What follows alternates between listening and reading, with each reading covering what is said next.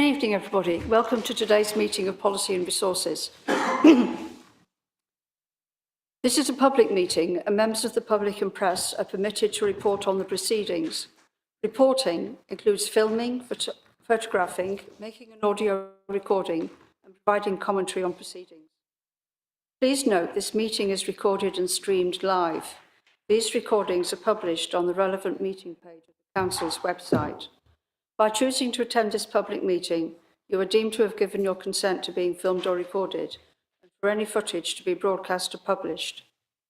If the alarm sounds, the premises must be evacuated immediately. Do not spend time collecting personal belongings. All emergency escape routes are clearly signed. Once you have left the building, the assembly point is in the High Street opposite the Guildhall. Members and other speakers are reminded to use their microphone when speaking. So the first item on the agenda is appointment of substitutes. Do we have any substitutes? Yeah, yes, we do. We've got Councillor Jill DeSarah here for Councillor Lynn Denham. And the next item is declarations of interest. Do we have any declaration? Yes? Councillor Bissett, item number 7, grant. Chair of the Worcester Manor Partnership, there's no.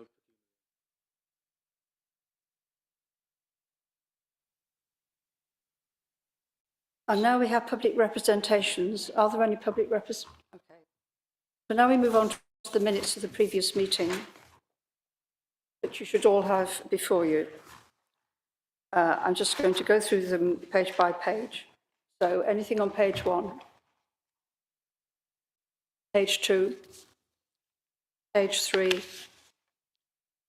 page 4, page 5,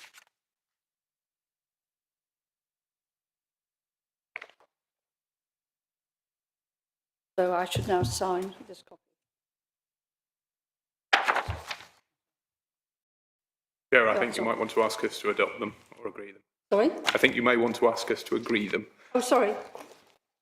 So do we all agree that those minutes are a correct record? Agreed.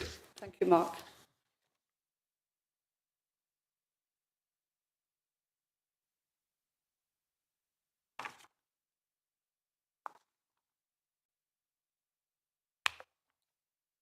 So there is item 5, Town Investment Plan, Shrub Hill Regeneration and Community Skills and Enterprise Business Cases. I'll hand over to David Sutton to present. Thank you, Chair. This report, members, introduces the 2 business cases, which are business cases 4 and 5 from our town investment plan. So the final 2 business cases of our 19.6 million Towns Fund investment in the city. You're asked tonight to support the business cases and approve the summary documents which we need to submit to government. Council is the accountable body and approves the business cases, but the government needs to sign off the summary documents, which are appendices. Also ask you to authorise officers to undertake the further due diligence and complete the necessary agreements to deliver these projects. So you recall that the plan was approved back in January 2021. And the next stage is to approve Treasury Green Book compliant business cases for sign off by the Council. Both of the business cases before you tonight have been consulted with the Worcester Town Board, and both were unanimously supported by the Board at its meeting on the 12th of May.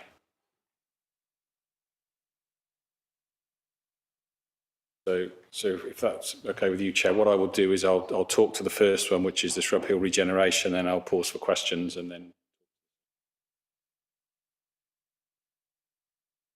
The full business case for Shrub Hill Regeneration is in the appendix to the report. The project focuses on the regeneration of Isaac Maddox House and the adjacent land to provide flexible commercial space and housing in what will become an attractive setting in that area of the city along the canal side.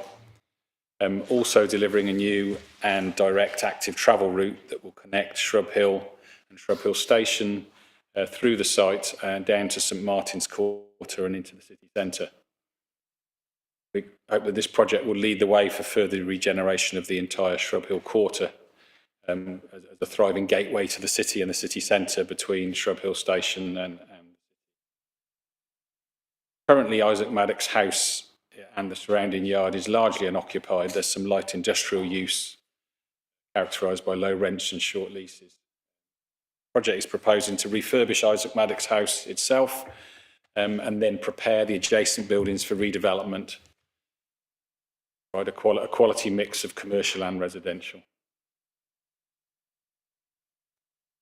Proposed the City and the County Council will work together in partnership on this. Members will be aware that the land has been acquired by the County Council.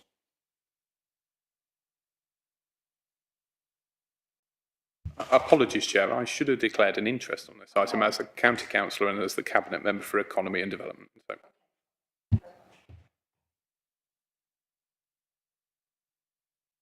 So, as I was just saying, it's proposed that the City and the County Council will form a partnership. The details of that are yet to be fully developed and will, of course, be brought back to committee before any agreements were entered into. Second part of this is the current pedestrian cycling routes that exist between Shrub Hill Station and the city are fairly disjointed and unappealing, not really an intuitive direct route. Isaac Maddox Triangle itself is really only connected by quite a circuitous route back to the city centre. Also included in the proposals is some additional parking which is required to facilitate the development of the Isaac Maddox Triangle, where there will be some loss of existing parking. So the five-case business case confirms the feasibility, deliverability and the value for money of this project. Members will note that the proposals are amended from those that were in the original project confirmation documents previously approved by the committee and submitted to government. The reasons for the changes: it's not been possible to secure the bus depot and garage sites that's owned and operated by First Bus, which was part of the original proposal. And there's also been considerable design and feasibility work which has further informed the proposals within the final report. We're in close contact with government regarding the project adjustment that's required in order to change our projects. That's currently in parallel to the development and approval of this business case, but our indications are that government are very content with our proposals. The ask here is for £10 million of town investment plan funding. That's in addition to elements of county council managed funding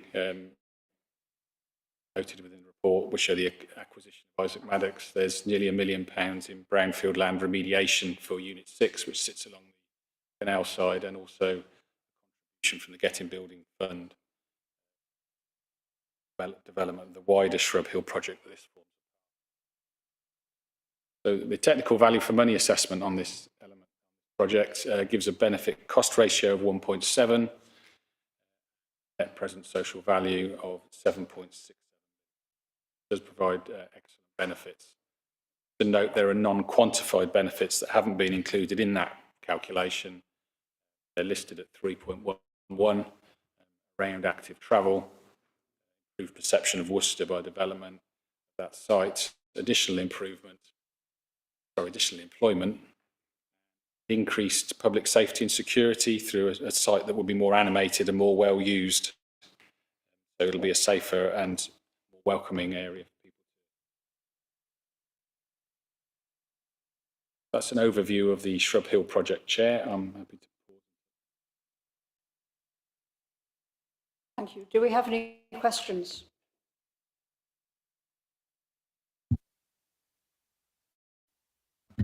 Thank you, Chair. I was just wondering, questioning really the I've got two questions, one of which I'd like to perhaps raise later on when we discuss the two cases.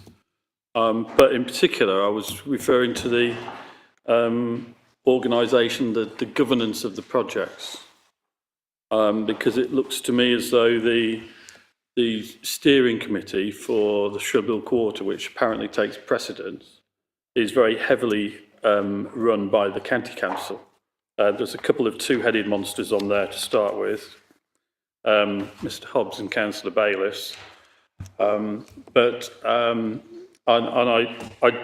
sort of contrast that with the fact that we are the commissioner of the project and the county council is the main delivery partner in the project. So I just wonder whether there was some thought being given to increasing the city membership on that main steering committee. And my suggestion on that would be that the deputy leader of the city represented the city as opposed to Councillor Bayliss, and that retained him with his county council hat on if that's what he preferred. And then it would mean that we'd get adequate representation from the city council. Okay. Yes. As I've been named, Madam Chair, may I exercise my right to reply? I'm there as leader of the council, and Councillor Geraghty is there as leader of the county council on this board. It isn't a decision-making board, it simply is, as it says, steers this project. It's separate to our own governance for this project. Our project here at the City Council is very much about spending our £10 million that we're proposing tonight on the Shrub Hill Quarter. Obviously, if I am the joint leader of the council now, I should and when I receive my other colleague as joint leader, they'll be entitled to attend the board too. So I look forward to us both going at some point in the near future to attend this board. But that will be at other people's requests, not mine. But I'm happy to give the member the assurance that it's not a decision-making body; it's simply guiding the project. But I think it's slightly separate to our own work here tonight, which is about the Towns Board application.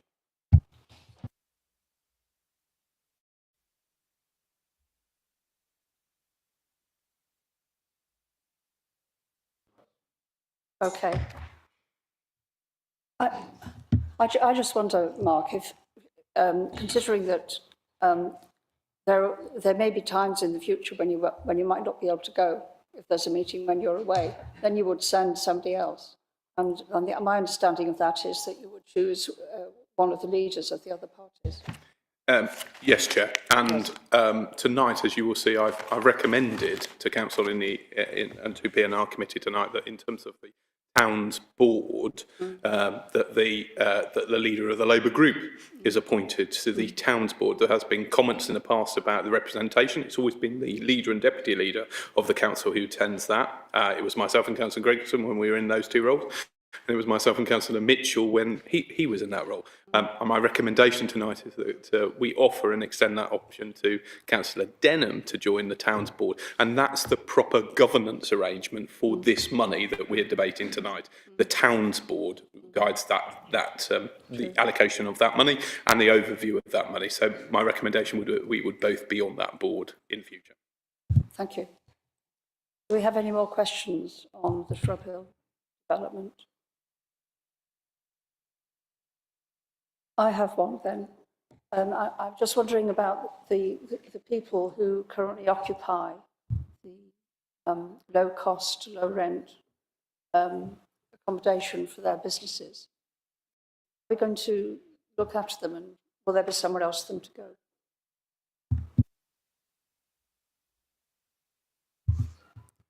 Thank you, Chair. The officers working on this are in close contact with those tenants of those buildings. The majority of them are actually on quite short leases, so they don't have that longevity of commitment to the landlord, the county council, or either way.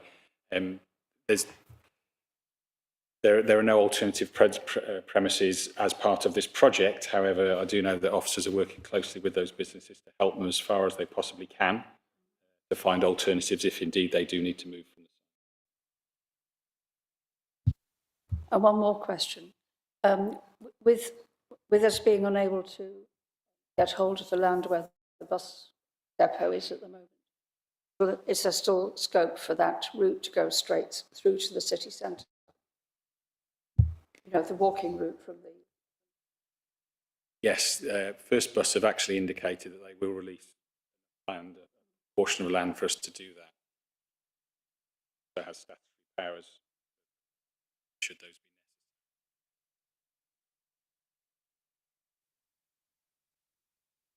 wide enough.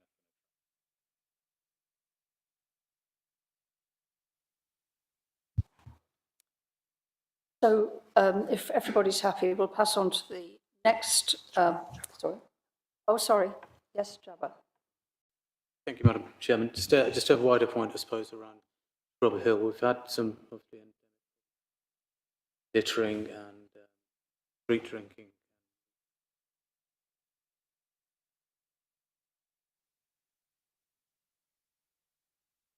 Crop up. We're changing the main route, hopefully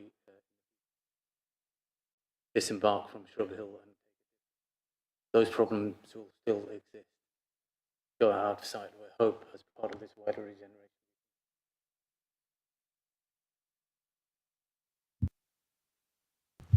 Okay. So, Chair, with your permission, I'll move on to the Community Skills and Enterprise project.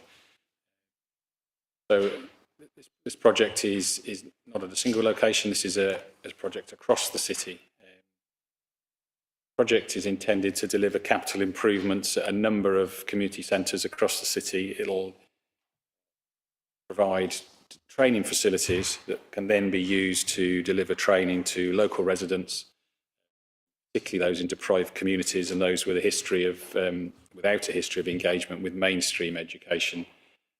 So the intention of the project is to deliver training very locally on the doorstep to communities in buildings that they know and use and trust, rather than expecting people to travel across the city or wider to educational institutions. Overcome some of those. There are a range of existing and future funding opportunities that are out there to leverage in the revenue funding. Members recall that this is very much a capital fund, the Towns Fund, setting the ground conditions to access that revenue funding from a number of different sources and a number of different providers to deliver a range of courses, some of which are listed at 5, from the basic entry-level courses right through to more specialist, and big part of this programme is the second construction trades training centre, which will be located at the Green Centre at Dines Green. So particularly the whole range of building construction services and skills, and also green technology trades such as solar and heat pump installation. So at 3.16, that lists the construction works and the centres. So Dines Green, works at Ronkswood, an extension at Horizon, contribution to a county council project at Fairfield, which focuses on hair and beauty skills training, a grant to St Peter's Village Hall Association to support their existing project to construct a new village hall, and the grant would secure for the council training facilities in the south of the city. Training could be delivered. Also propose some one-to-one consultation spaces, so some fairly small level works, but very important ones at Tollerdine and King George V to enable WCT staff to engage with some privacy in an appropriate setting with clients there. So again, the business case is a strong one for this project. These proposals are unchanged from those that members will have seen before right through this process. Yeah, the benefit cost ratio of this project at 3.3 is high, very high in fact, 3.3, and again a net present social value of £8 million. So this is a very good value for money project. Some unquantified benefits that would add to that around reducing social inequality and isolation, increased economic activity in the long term, and a generally improved perception of the city as a place to live and to study. The proposals are that the City Council will deliver the construction elements of the project directly around Worcester's trust buildings. County Council and St Peter's Village Hall Association will deliver the works on those two projects. Those grants will be subject to appropriate due diligence to confirm that all of the other funding is in place for the projects to go ahead successfully. Funding agreement that protects the council's interest and ensures we can comply with the conditions of the grant.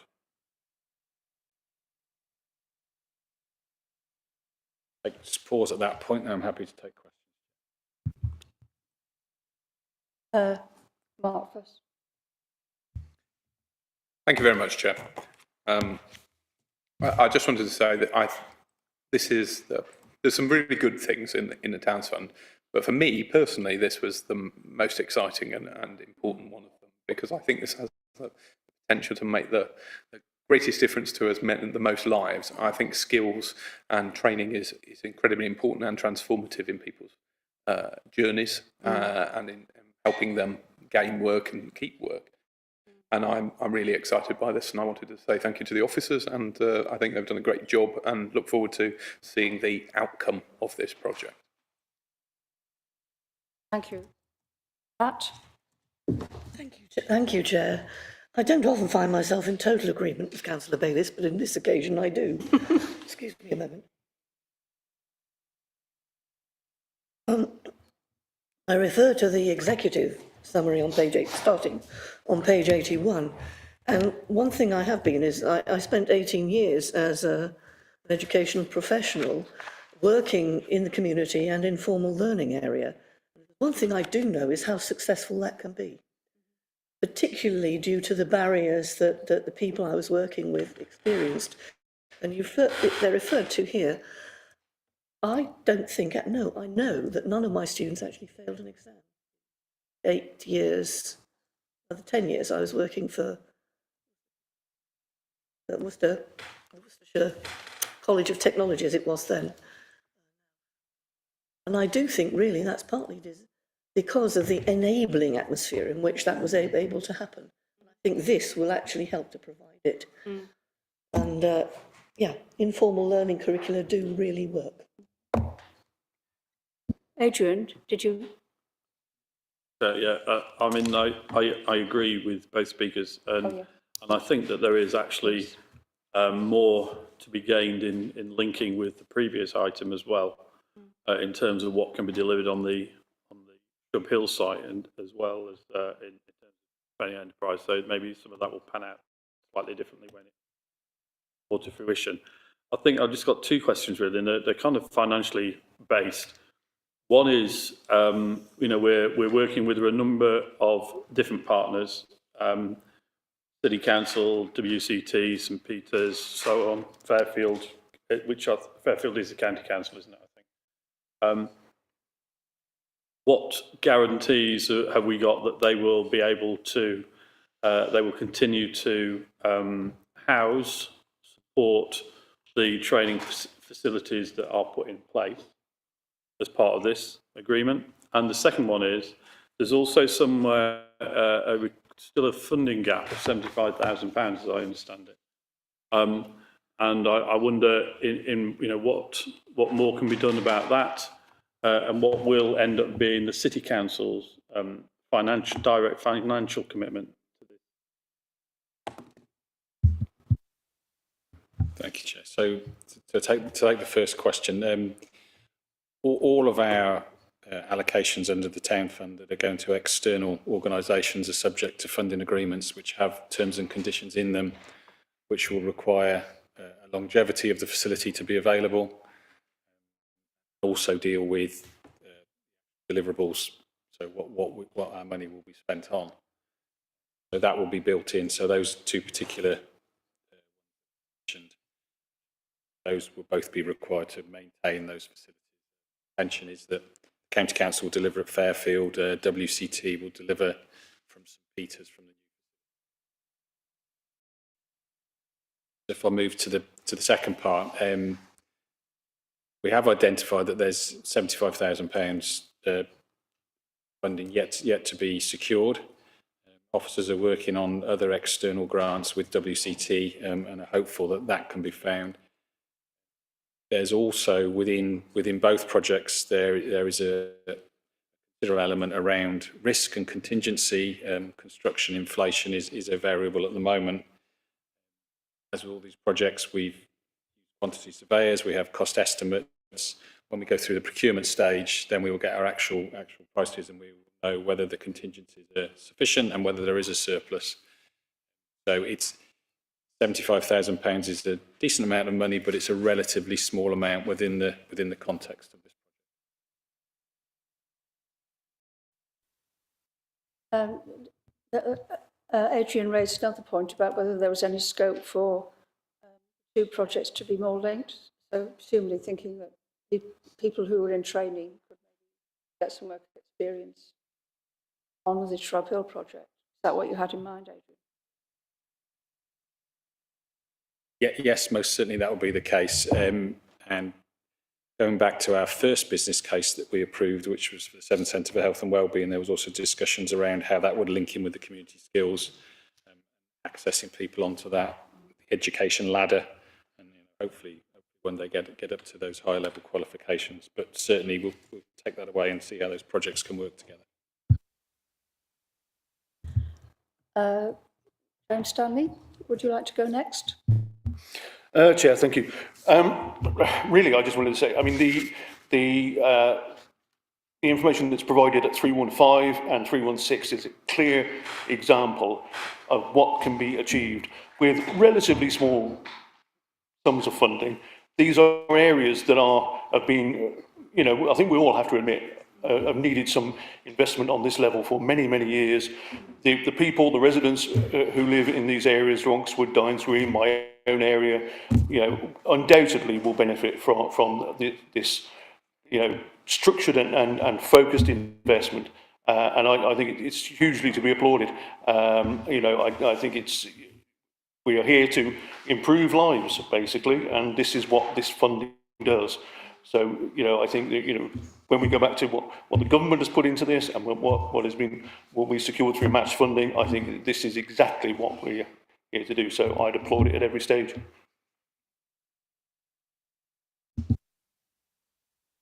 I too applaud these schemes. And really, I just want to ask about the legacy.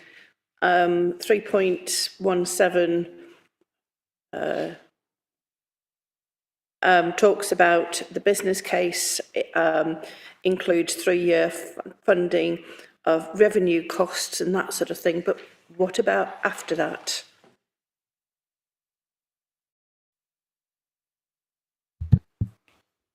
So there's a 150,000 revenue funding to support that post to really get this project up and running. There's a wide range of revenue streams that are drawn down, and some that haven't yet been announced and are yet to come forward. This area tends to have various funding streams that come up from time to time. WCT are well placed to access those. So it's probably not appropriate to plan beyond that 3 years at the moment. So we don't have a plan that takes us beyond that, but all indications and discussions and within the business case are that this will be a sustainable project.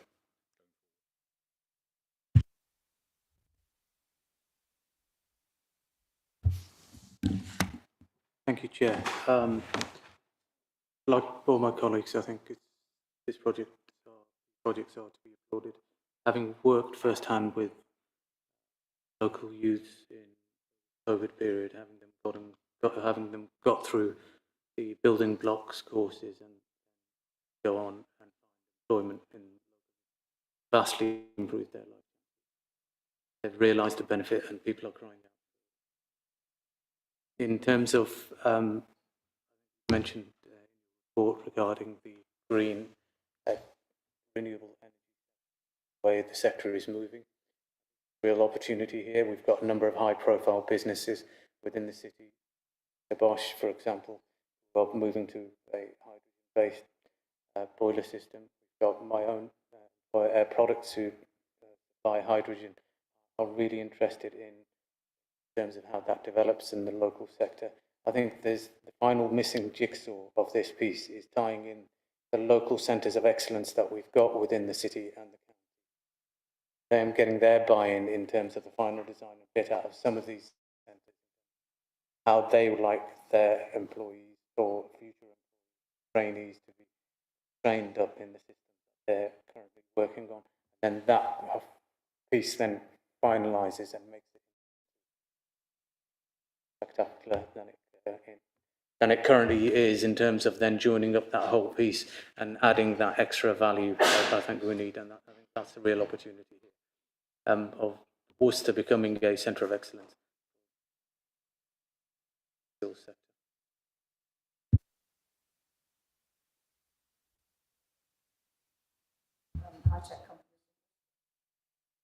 Most definitely. We've had quite a bit of engagement with the construction trade and some of the larger employers.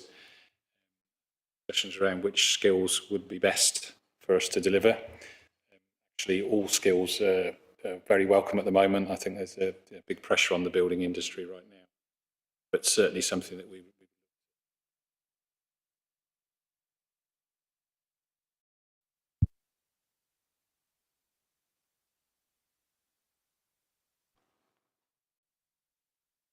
So forgive me if this is a question that's not appropriate, but I heard from some of my residents a few weeks ago that Platform Housing used to provide free training to people.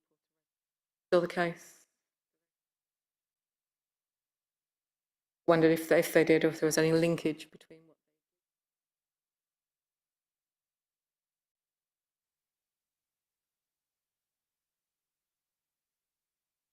they do. Thank you. I think it's best that I take that one away, Councillor. Back to you with the written answer. Both brilliant projects. Recommendation to the committee is that the committee support the business cases and approve the summary documents for submission to the Department for Levelling Up Homes and Communities, and authorise the Corporate Director, Finance and Resources, and the Corporate Director, Planning and Governance, to undertake further due diligence and complete the appropriate funding agreements detailed within this report. Do you all agree?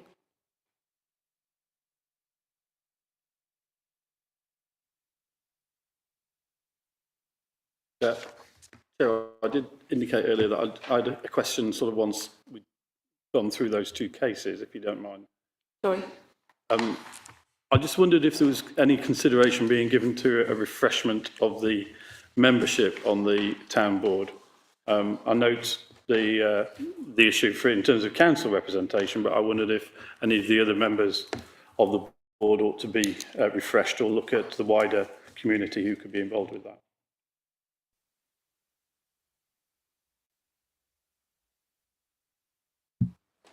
Thank you, Chair. Yes, I think it's a good point, Adrian. I think with these last two business cases, we've effectively come to the end of the first phase in terms of the role of the town board in agreeing all of the projects and getting them submitted to the department, getting them signed off, and getting the money in place. I think as we now go forward, the role will be slightly different. We've got a different set of projects coming forward around levelling up, around Shared Prosperity Fund. So I think probably now would be a good point to review the ongoing membership, and I'll take that away as an action point. Thank you. Thank you. So I think we've concluded that item there. Move on to the next item, which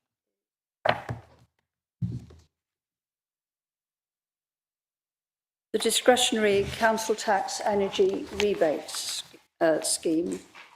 Hand over to Shane. Thank you, Chair. Evening, councillors. As members will know, this is a policy the government has introduced to make a payment of £150 to all households in bands A to D to help them support their energy costs. That mandatory part has been funded by government, £6 million, and I'm pleased to say that has now gone into payment for those who pay by direct debit today, so that's sitting in the bank account today and yesterday. For those who don't pay by direct debit, there will be letters going out shortly. I've been proofreading those today, so those are due to go out quite soon, which will enable people to make receive the payment from post offices in cash. That's largely the element of that completed. As part of the regulations, we're also required to agree a discretionary scheme. So we received an additional £174,000, and this is really designed to fill in the gaps which aren't met by the mandatory scheme. Government suggested, and we've largely adopted these three areas. One is that those who are in bands E to H who may simply have large families and have significant hardship we've adopted, or I'm suggesting the proposal is that if they are in those bands and they are already in receipt of council tax support, then they'll be eligible for a £150 payment. So it's going to those who are particularly in need. And there'll be a group of people, possibly not many, but some, where the council taxpayer isn't the person who's paying the energy costs. And if those cases where people come forward and explain to us that they are meeting the energy costs, they're suffering that hardship of increased costs, but aren't council taxpayers, then we'll be able to make a payment to those too. So that's the second group. And then the third group the government suggested was that anyone in bands A to D who was facing additional hardship should be considered. For simplicity, what I'm suggesting is that all of those in bands A through to H who are on 100% council tax support will receive an additional payment. The amount of that payment would depend how much we have left after we've done the first two categories, and we'll do a calculation at that point and simply make a payment.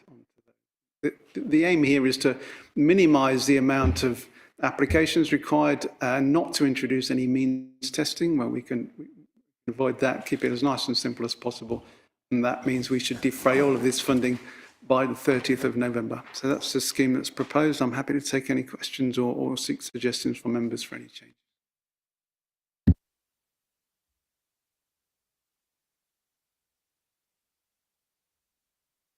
Yes, Chris. Firstly, Chair, apologies for my delay. Unfortunately, my driver's car went into limp mode, which is quite a long way when you're coming from Devon, but never mind. I do apologise for being late. I do have a question. A number of residents in the area that I represent on the west side of the city were very concerned as to why the city council's payments were so much later than our neighbouring council's payments. Is there a specific reason for that as to why Malvern and Chatham got it, or why Forest got ahead of us? Through you, Chair. A specific reason, there's probably a group of reasons. As far as the other two councils in South Worcestershire, Malvern and Wishaven, those have gone out very recently as well, so we're only just behind those. In terms of other councils, it really simply depends on what system they use. As our system is run by Civica and uses the Capita system, so we need to get Civica to ask Capita to do the adjustments for us. That takes quite a long time. The process, they then have to test that thoroughly to make sure that the money is only going to the people who are entitled to receive it. So unfortunately, it's quite a lengthy process in our case. We're aware that people will look wanting the money as quickly as possible, and we're taking every step we can to get it to them as quickly as possible. But it is really important that we're very clear that it is going to the right people. So there's been an extensive testing process, and I'm pretty confident that we're there. Yes, Louis? I've got a question about the people who don't pay by direct debit. Good to hear the plan. You're going to send out a letter all households situation. I'm sort of quite conscious that there are some people who are doing some scamming, fraudulent activities, particularly for harder to reach people, trying to do phishing for their bank details. I wonder whether I don't know how long it's going to be before you get this letter out, but all the time that's could be being scammed. Social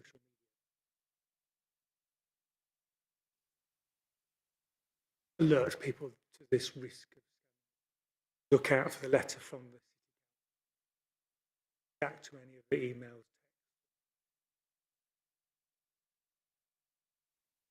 You, Chair. Yes, we've just week sent out exactly that message that people should be on the lookout for these. That they will only receive this letter. We won't contact them by email or phone by any other means. And if they are contacted us, the value of doing it by letter in this way is that it doesn't require knowledge of bank accounts or any details. Take the letter correctly, as long as they can provide identification. And they'll be required to produce 2 items of identification to do that. So there's no requirement at all to give out any bank details to anybody. We will reinforce that through social media. Thank you.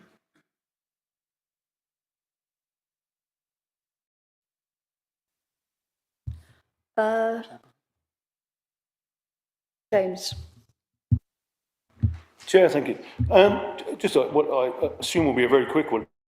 Are we content that all members of our community, we've got a very diverse city, are going to be sufficiently informed to take it? I'm obviously talking about those who are not on a direct debit arrangement. They will have, you know, enough information to be able to take advantage of this payment. Through you, Chair. As I've mentioned, I've been proofreading those letters today and simplifying them. They're very simple, they're very straightforward. It states that we have identified that you are entitled to this payment. If you take this letter to the post office, you will get the payment. It's a very simple process. So yes, I'm quite confident that everybody should be able to get the money they're entitled to. Thank you, Chair. One thing that does concern me is, I mean, like a lot of people like myself are non-drivers in this city. I am fortunate in having a current passport, and I use that as my photo ID. If the bank or post office, whoever this is taken to, are requiring a photo ID as well as another proof of ID, that might be tricky for quite a large percentage of people. I'm sorry, through you, Chair. I'm sorry if I've misled the committee. It won't necessarily be a photo ID. There are four examples they've given, some of which are simply a council tax bill and another address on it. So not necessarily a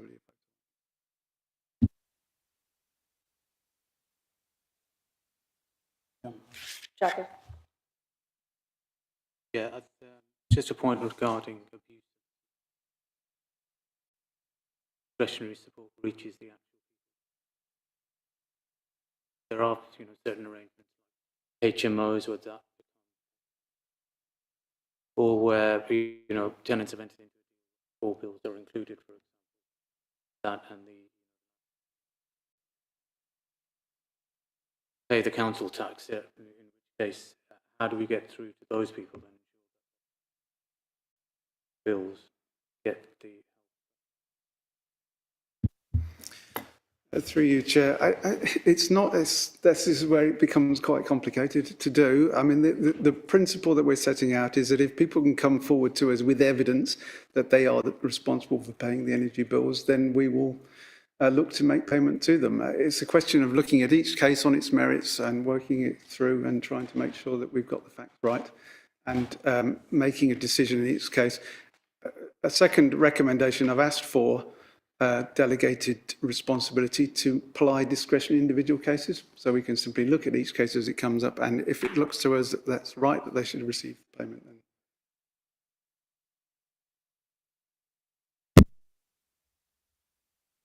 Questions?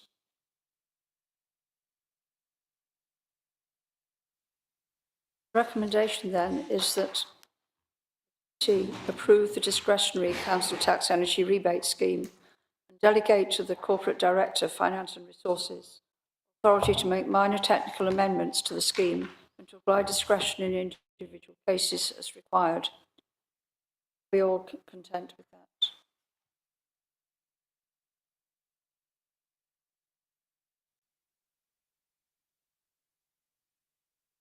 And the next item on the agenda is grant requests 2022 to 2023. Shane, this is you again. Yes, Chair. I disclose an interest and won't take part in the debate or vote on that. Okay, thank you, Chair. This members will recall at our meeting back in December, we had a report there how we were proposing to manage our community grants going forward, and as part of that, I made a request that certain sum is set aside to meet one-off requests for our support as they come through the year. These come through from time to time from a number of sources. And at that point, I'm usually trying to find a suitable reserve to look to, or to go to a committee to seek approval for a supplementary estimate. So this was a way of trying to simplify that process. And I requested that we set aside £50,000 for this purpose, which went through as a recommendation through to council. What I didn't do, however, was set out any rules by which that should be allocated. Now, under our standing orders in Appendix A to the Financial Regulations Part 8, there is there are guidance, there are rules around the management of reserves, and that allows officers to allocate up to £50,000 from reserves, where it's clear that those have been delegated to a particular officer to do that. And what I'm proposing, therefore, that we simply set a delegation to the managing director in consultation with the chair and vice chair of the relevant committee. So, for example, if it's a community grant, it would go to communities committee chair, or to, if it's an environmental purpose, could go to environment committee, and so on. As a way of simplifying that process, I'm simply asking for a named officer to be responsible for allocation.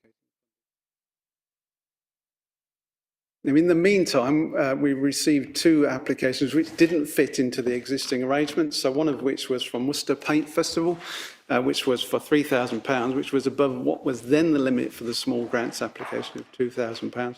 So they ran a successful festival last year and are looking to run that again. They've applied to the Arts Council for funding, and they've got match funding from the bid of £3,000. So they requested if we would support that as well. So that was one that would fall within the kind of remit of this grant pot. Asking if members are content to approve that before we put this process in place. And the second is in respect of Worcester Mellor, which has run a number of events during the last year, has established a committee which has cross-party support and seeking charitable status.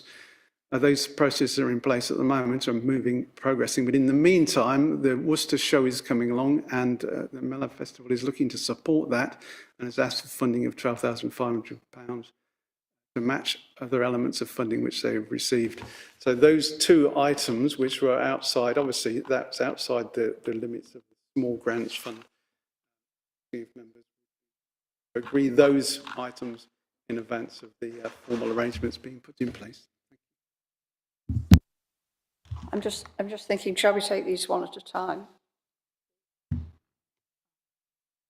I think we should look at the two applications that we've got in front of us first in turn, and then go back to the other part of the report. So does anyone have any points or questions to raise on the Paint Festival?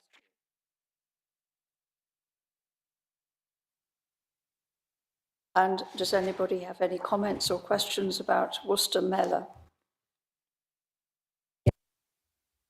Thank you, Chair.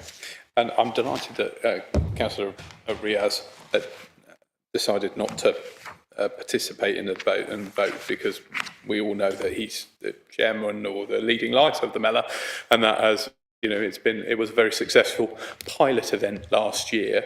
But I think, you know, for probity's sake, it would be inappropriate to necessarily take part in tonight's debate and voting on it. So I congratulate him on that. My concern, Chair, really is about the volume and the status of the organisation.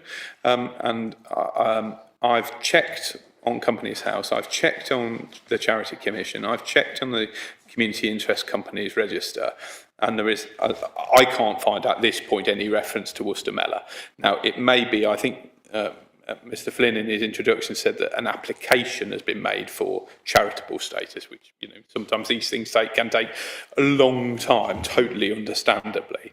But you know, I'd like to know what the proper legal status of the organisation is, because we're not talking about a couple of £1,000 at 12,500. That's quite a lot of money, and people will rightly want to know that what that is. The other question is in terms of parity and similarity to other organisations that we give quite large amounts of money to, like the Worcester Festival or Worcester Theatres or Worcester Community Trust. Generally, they are organisations that we have nomination rights to, where they accept, you know, that we as a council in corporate, you know, they form part of our outside bodies, and we normally appoint to them. So they are, you know, there's a sort of quid pro quo. And again, from a democratic accountability perspective, we can put people onto the board, and therefore we can, you know, be assured and ensure each other that things are okay and above board and all the rest of it.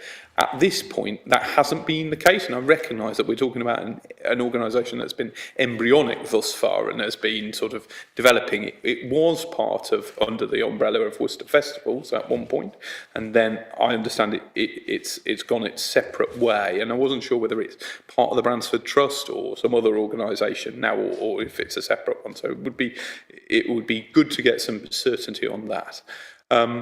I do also want to raise a question about, representation and making sure that, all parts of the Worcester community are able to fully participate in it. And reassurance on some of those aspects to make sure that everybody who wants to participate is able to. And again, if we had nomination rights, the council could insist that certain people are involved or not involved or whatever it might be. So it's not the specifics of this organisation who I think the first Mellor Festival was a great success and lots of things to be welcomed in it. The final point was, this may be shorthand in the report, but I think I'd like to understand what the 12,500 is needed for, because if it's a one-day festival and the match funding is 12,500 and ours is 12,500, £25,000 on a single day is a lot of money on anything in Worcester. So maybe that's shorthand, and maybe it's a series of activities that were just not listed out here. But I hope those are questions they're meant to be helpful, and just to make sure that everybody's clear about the footing and the basis for this. I'm not sure who can answer those questions. Do my best, Chair, as far as my knowledge of the proposal goes. The festival is the Mellor is a committee, has established a committee and has a constitution or has done some arrangements. It was supported considerably through the Worcester Festivals process and has therefore formed part of the evaluation for that process. And that evaluation identified the fact that it had been formally constituted and had a committee arrangement and was applying for, my understanding is that there is an application pending for charitable status, but has yet to be achieved. So hence the information isn't there. I can undertake to look into that in more detail. In terms of the amount of funding, so as with all of these requests, they come through on an ad hoc basis. We try to understand what the funding is required, and they would follow the normal process whereby that we use for community grants. So there would be a detailed request, and that would be followed up by a report setting out what the money was used for and that it was used for the intended purpose. So there would be the normal governance arrangements would apply. As to what the specific requirements are of that funding, my understanding is that was primarily to support the content and the performance elements that are involved in the Worcester show on that particular day. That was my understanding of what the funding was for. There is, from what I saw of the previous activities, and we received presentations at CLT on the undertaking, it's not a one-off event, which is possibly where there's some slight extension of that it is an ongoing activity which is designed to move into a longer-term support. So my understanding in the discussions was that while the funding is required specifically around the Worcester show, then there would be a longer-term commitment coming from that. So it's an ongoing activity as well. That makes sense. So the funding is to enable this event to take place, but as part of the development of Worcester Mellor as a committee and as an activity. If I may come back, I won't detain the committee too long, but just in terms of why am I asking about the legal structures and things of it, I think is because we've had, in this committee in the past, we've had huge questions over a much smaller budget for the Armed Forces Champion, £5,000, which was responsibility. It was money we handed out by the council direct, but under the guidance of the Armed Forces Champion.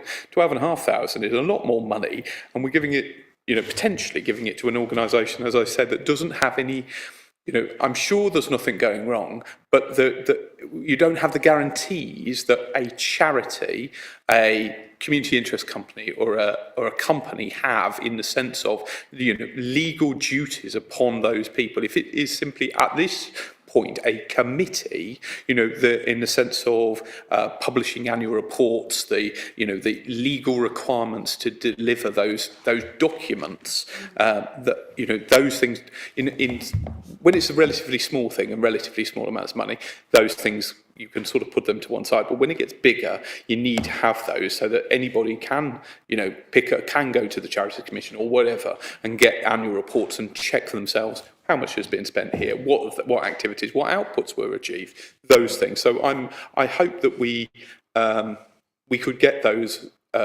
points clarified so that we can have that certainty over those.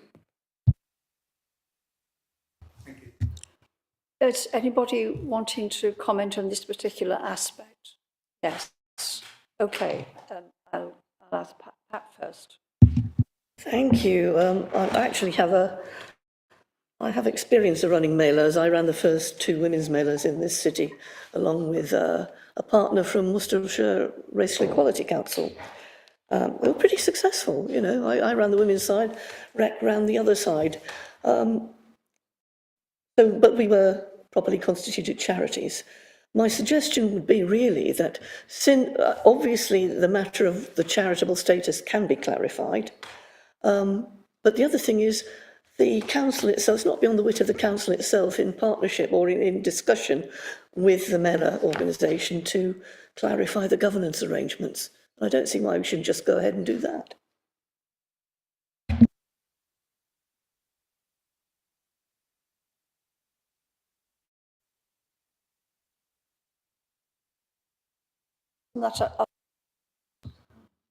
Adrian. Thanks, Chair. I'm slightly disappointed by the line of questioning, to be honest. There's no requirement for the organisation that requests money to be a charity, as far as I can see. What is a requirement is that it has some form of governing body and some kind of form of accountancy procedure, no doubt, which is standard practice. I mean, we've been giving grants away as a city council for years and years and years, and we're always very careful, in my experience, to make sure that we know where the money's going to and what it's being spent on, and it's accountable in that respect. And that's one of the reasons why, there was some concern about these opportunities to fund one-off requests. And one of my questions was going to be, when does a one-off request become more than a one-off request, since both of these organisations are applying the second time, as far as I can understand the report. I mean, the same questions in my mind must apply to the first request as the second one. There's no evidence in the report of any of the questions that are being raised about item 4. There's no evidence that they are or are not in existence in terms of item 3. I think that, if you have any knowledge of how much marquees cost to hire, you would not be questioning the amount so much. I think there is no relevance whatsoever, no linkage whatsoever with any questions about the champions' work, which goes on in the City Council, which is still one of those questions of dubiousness in the way in which we govern in the member champions, and has still not been totally clarified until we've experienced a year or two of its working through. So I think there are, there's a lot to be asked that are relevant questions, but not necessarily here. One, for example, is this 50,000, which is eligible, which we've set aside for the Arts and Cultural Strategy Fund. I mean, I would question why both of these items perhaps should have applied to the Arts and Cultural Fund rather than this one-off fund, as which is different, as I understand it as well. But there is a lot of confusion in place about these different little pots of funding. We had a committee which some members didn't even know existed in terms of handing out community grants. So, these things do need clarifying and codifying. I agree with that. But I do think that it's the way in which that is done and the focus in which that is done has got to be very careful. And I think on this occasion, I'm very disappointed in the line in which are being taken, and I would not support those a lot of what has been said already.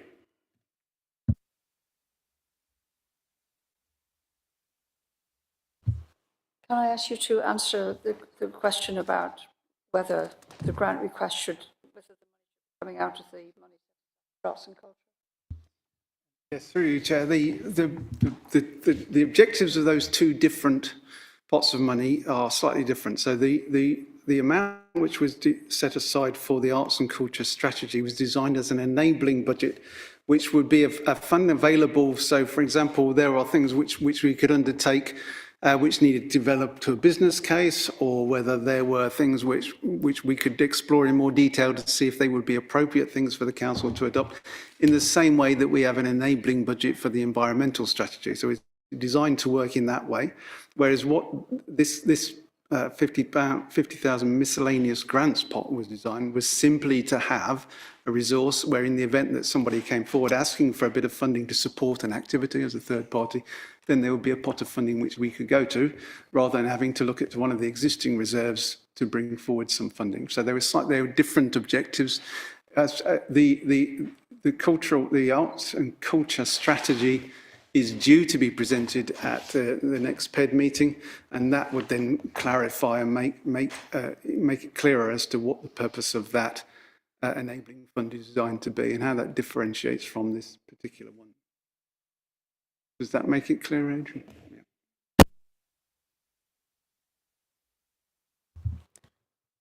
Lucy?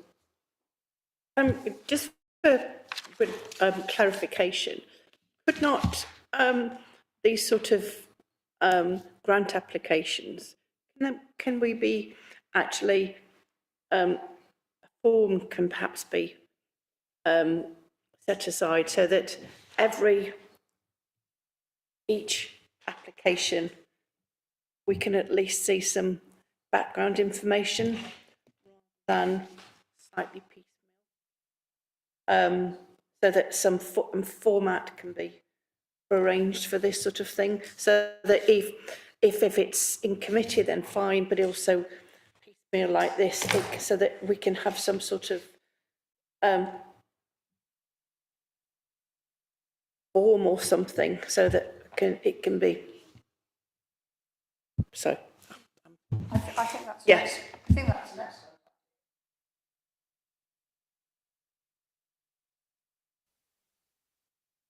Formula process for that, and criteria that are applied quite rigorously. I see no reason why. Well, I see no reason why we couldn't do the same thing for grants at this time. But whether we should now go back to the people who applied for this money and say, can you start again? Yes, James.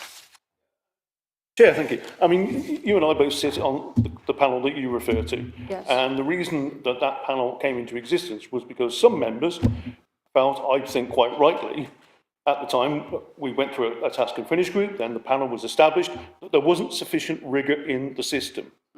Now, that wasn't a sentiment that was simply felt over this side of the table, so to speak. It, from memory, was a cross-party feeling at that time. Now, in terms of the specifics here, in terms of aims and aspirations of Worcester Miller, totally in support of it. What I would like to see, however, is the same rigour applied with this and other applications for public money, because remember, as we all know, this is public money we're spending. There seems to be no reason why, with that level of information brought to the council in the public domain, this shouldn't be just agreed upon. But it is the absence of that I think is the concerning is probably too strong a word, but it is just, you know, we are perfectly happy to build that into the system for small grants, and I applaud that. Let's just apply that rigour across the board.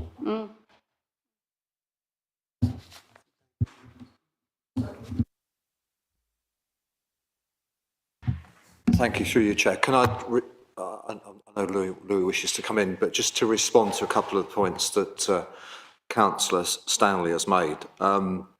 As it's being suggested or recommended, I am the officer responsible for signing these off in agreement with the relevant chair and vice chair of committee.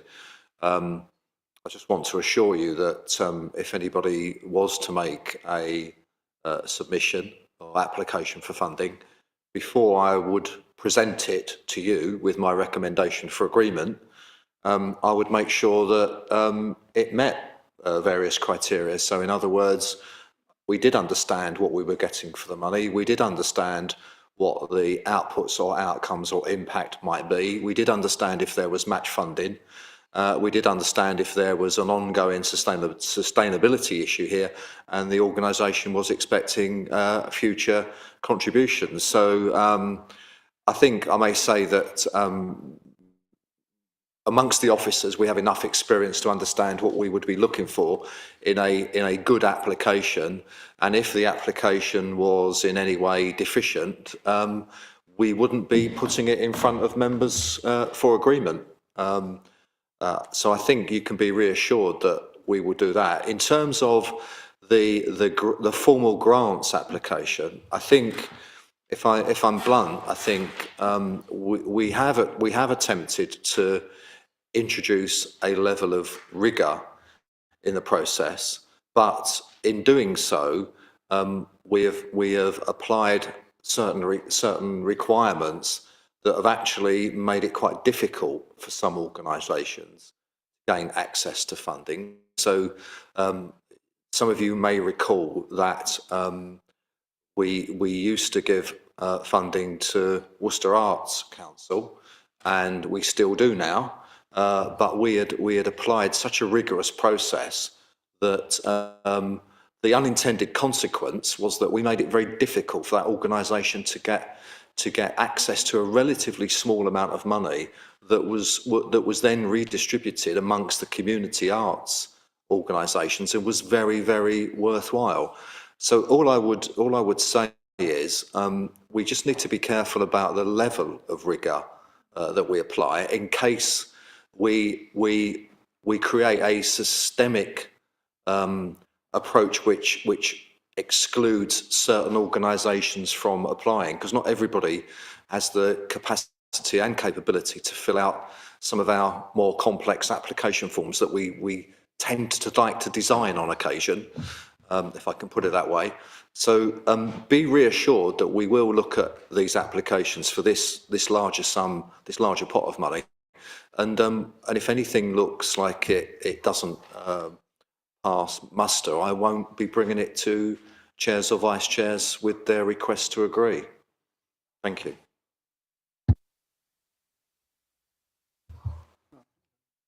Louis.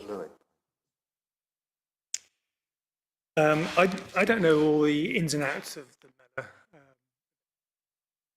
Looks very good.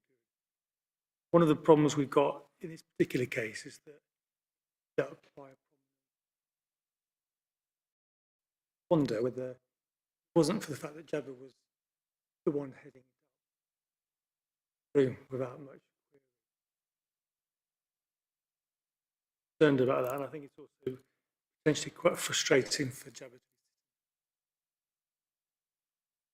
And I think the director is actually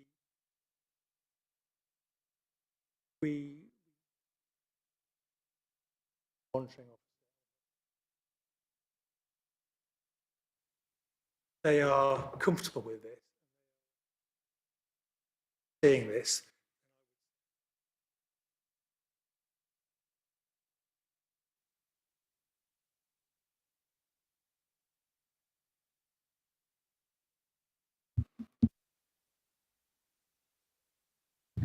Thank you, Chair.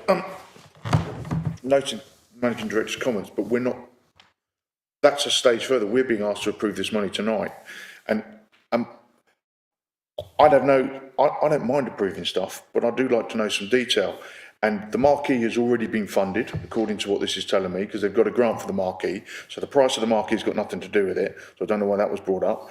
This is about, according to this, we're paying 12.5 grand for an hour's 2 single-hour slot of entertainments, a cooking demonstration, and 2 viewings of voices. And that might be the value of those, but I can't see what the breakdown is. I don't know whether we're paying £5,000 for a cooking demonstration. There is no audit trail or breakdown of what this money's for. It's just a lump of money for 3 bullet points I've got here, and I don't feel comfortable with signing that off. And I'm sure officers will do due diligence, but if you're going to come and ask for £12,500 from the council, I'd expect to see a little bit more detail, because that's what we're here to do. And if the detail was here, sign it off now. I wouldn't have a problem, but I don't have the detail because I don't know what the money's being spent on. Thank you, Chris. Mark? Thank you, Chair. I'll never apologise, Chair, for taking seriously the oversight and governance of public money. £12,500 is a lot of money for lots of people, and I will never take lectures on what, you know, whether I can ask questions or not, or disappointment at me asking questions about it. I think Louise is correct, or Councillor Stevens is correct in saying that there's a particular high bar to make sure that where an organisation is headed up by a prominent member of this authority, that we absolutely make sure that it is watertight. And let me put on record that I have absolutely no doubt that Councillor Riaz will have done everything absolutely by the letter and properly. I have no doubt about that. But it is incumbent upon us to make sure we get this right, and that we can answer the questions that our residents will ask us. And the status of the organisation that I've asked for, I'm still not clear about, and I don't think officers are entirely clear about, apart from applied for charity status. I think that is the answer I've received on that. I think the scale of this funding, and I think the very sensible suggestion that was made either by Councillor Hodgson or Councillor Stanley, which is about having a form. When you're talking about £1,000 or £2,000, well, that's just, you know, small money that we can for community-based organisations. But when you're talking about this sort of level of funding, I think there is a need for, if we're being asked to approve it, for us to have a bit more detail. I don't think it's unreasonable to ask for a bit more detail, and for a bit more detail about what you're going to achieve with it. Now, I've also asked before the meeting, just before the meeting, and now, what we're going to get for the £12,500, and there's all we've seen is things there. Now, there may be more, and it may be part of a bigger festival that, of activities that are going to go on for a period of time, or it may be just that day. And I think having clarity on that would be important too. So I just want to defend the right to actually ask a few questions, poke it, make sure that we know the answers before we approve it. I don't think there's anything wrong in that. Yeah. I may come back on that. I know Adrian wishes to come in. This is a suggestion, really, and I hope this is helpful in terms of a way forward from today. The proposal, the recommendation in front of you is that in able to deploy this £50,000 allocation, that organisations submit an application to officers, and I will then approach the chair and vice chair of the relevant committee once I'm satisfied that I've got adequate information in terms of outputs, outcomes and value for money, that I can recommend approval of those projects.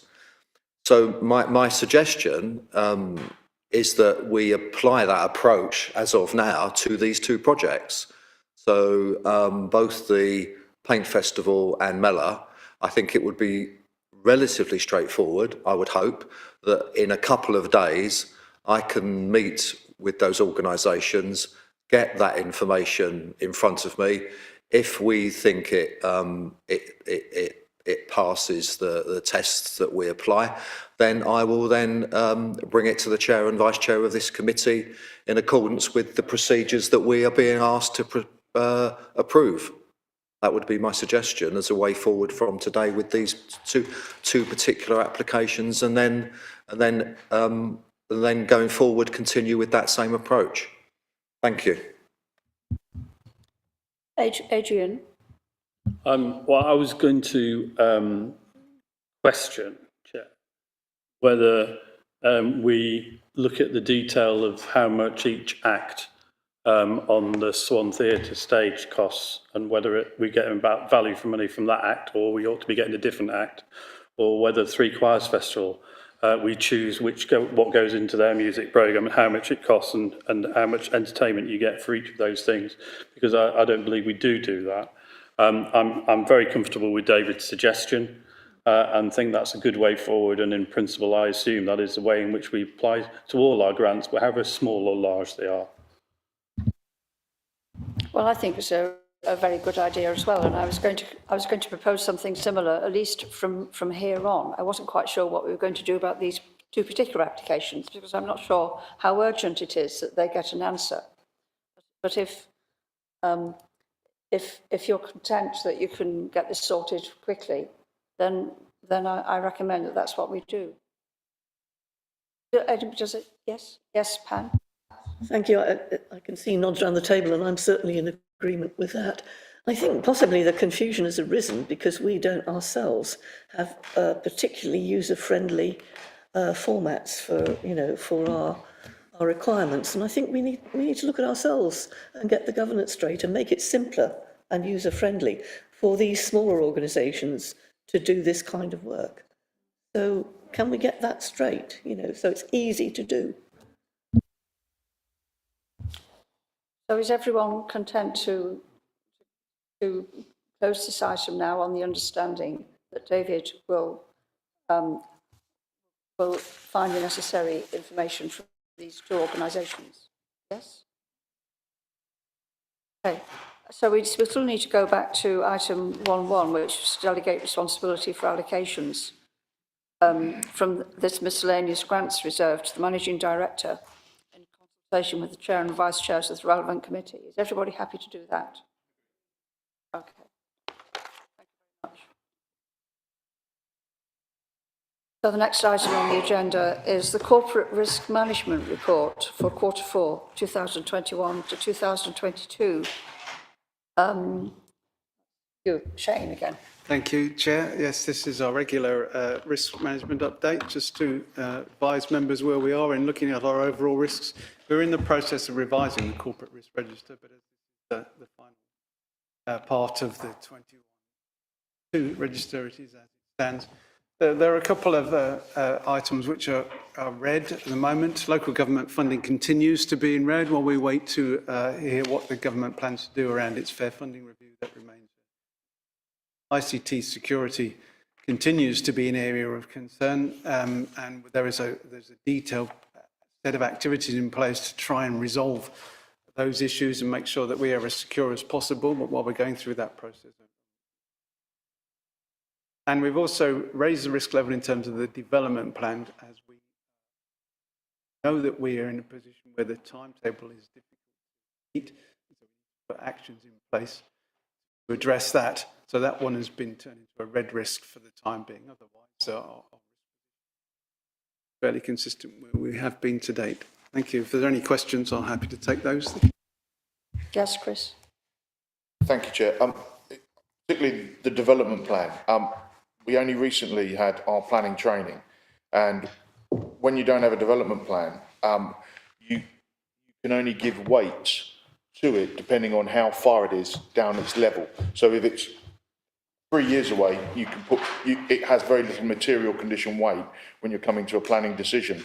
It would be really useful to understand when that development plan will be delivered, because that will help the planning committee in dealing with what is bound to be pop-up or opportunistic developments, because developers are going to take advantage of the fact that we don't have a development plan.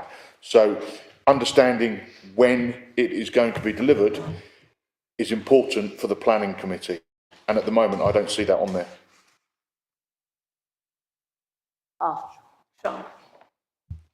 Through you, Chair. Thank you. I'm grateful to Councillor Mitchell for the question, because certainly a leadership team, we would agree that this is a significant risk. I'm pleased to say that the delay that we have incurred is not considered to be a serious and long-term delay. We issued a press release a few weeks ago, which was accurate in confirming that we were processing some viability and infrastructure issues. And that's exactly what's happening. So we're not looking at a long-term delay or a reset. We are literally working through detail, and very, very imminently, I'll be talking to councillors around this table about the revised programme for that and the dates that we're going to use this year to get that development scheme back on the table, so that we can do a Reg 19 consultation and then submit our proposals to the inspector next year. So you'll be aware that there's some sensitivities around confirming the final dates, but I would reassure members that we're not looking at a long delay. We're just literally working through some more detail.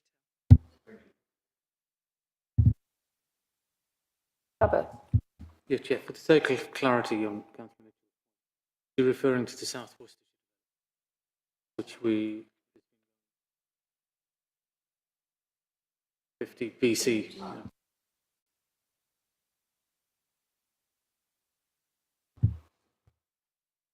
Can I just ask about the development plan as well? The latest note says that it's been determined that we need extra time. Has it been accepted by the department that we do need more time? Thank you, Chair. It's a matter for local planning authorities to determine their own plans and set their own timetable. We are encouraged by the Planning Inspectorate to do that, and when we don't have a live plan, we are at risk of speculative development, so there's a natural pressure on us to keep going.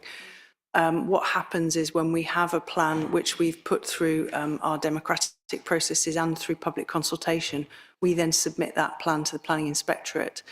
Then we are sort of join their queue really in their timetable against which that is scrutinised. So there's nobody we need to directly notify at the moment, but we did make the developer community aware through a press release a few weeks ago. And as I say, the delay is not forecast to be a long one.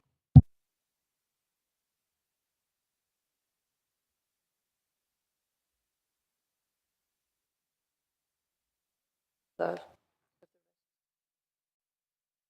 that case, are we all happy to note the corporate risk management report?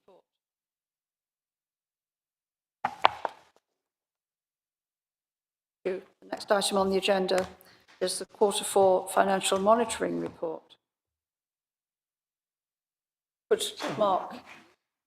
Well, I'll summarise. Okay, fine. Mark can join us for any tricky questions that might arise. This is the final outturn for 21-22, and I think for simplicity, if I could ask members to refer to page 63 in Appendix 1, and I'll just very quickly explain what our outturn position is.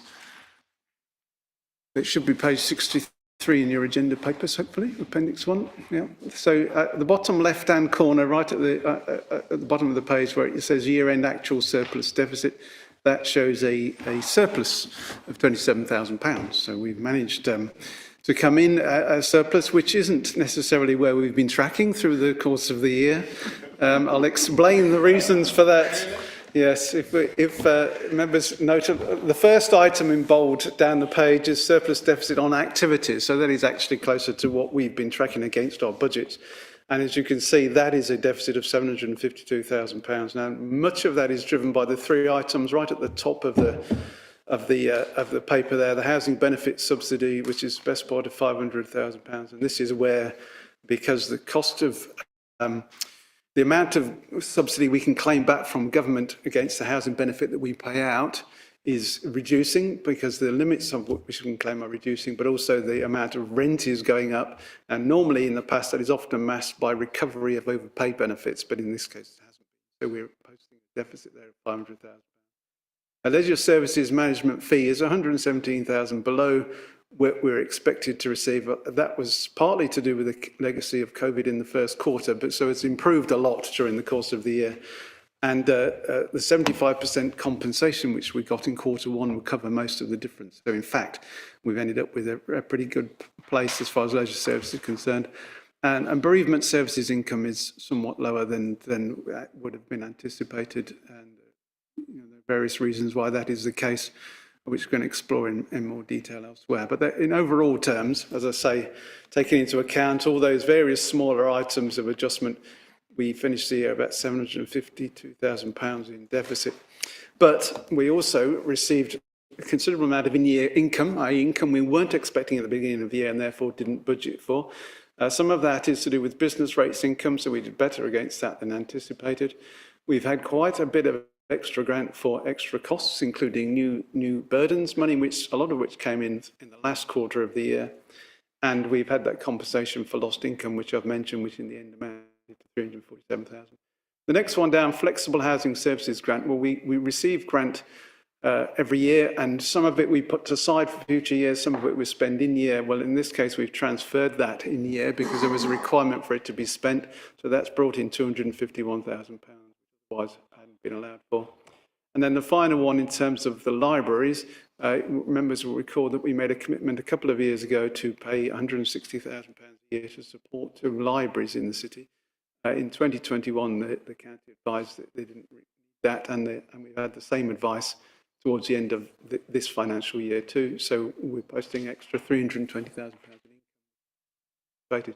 Altogether, total new income of £1.5 million over and above what was allowed for in the budget, which means that we end up with a surplus after that of £774,000.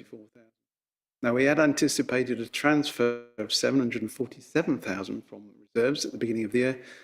Because of this surplus, we don't need to make that transfer, so that will remain in the risk reserves for the future, which is very good news, and that then leaves us with a deficit of, as I say, a surplus of 27,000. That's not quite the end of the story. Towards the paragraph 11, section 11 of the report, Mark has identified a few areas, which is on page 60, the bottom of page 60 in your papers, where we've got some growing pressures which members will be aware of. Utility costs are potentially looking at an increase of around £75,000. And we also know that Freedom Leisure have indicated that potentially there's a growth of £175,000 in costs for energy. And so on. We've got several meetings coming up to try and work out the impact of that and how we're going to share the impact of that. We're also expecting increases in fuel costs, so we've identified those potentially at £40,000 variance in this coming year. And we've been advised by local government employers that we should be starting to think in terms of doubling the pay settlement that we've allowed for, so that will add another £200,000 in terms of budget. So there are a number of pressures which will be a draw on that reserve that we've managed to retain for this coming year. And we're also asking for 3 transfers into reserve. So this is would be on your recommendation or your acceptance of the recommendation. The first is to put aside £35,000 in training costs. This is to support training which we hadn't been undertaken, and at recent committee members have supported the work that we're doing around health and well-being, and that's specifically designed to cover that. There is a reserve of £50,000 which was subject to a previous item on the committee. While it was approved back in December, we didn't create the reserve at that time, so we need now to put that £50,000 into a reserve. And then finally, another report which was received recently around equalities and the work that we're doing around that across the council.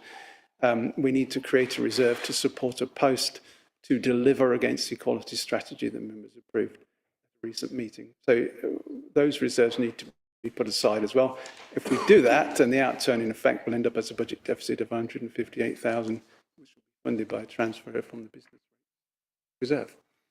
Hopefully that's reasonably clear in terms of where we're going and some of the pressures which we are facing at the moment. If there are any questions, though, Mark will be delighted to answer them.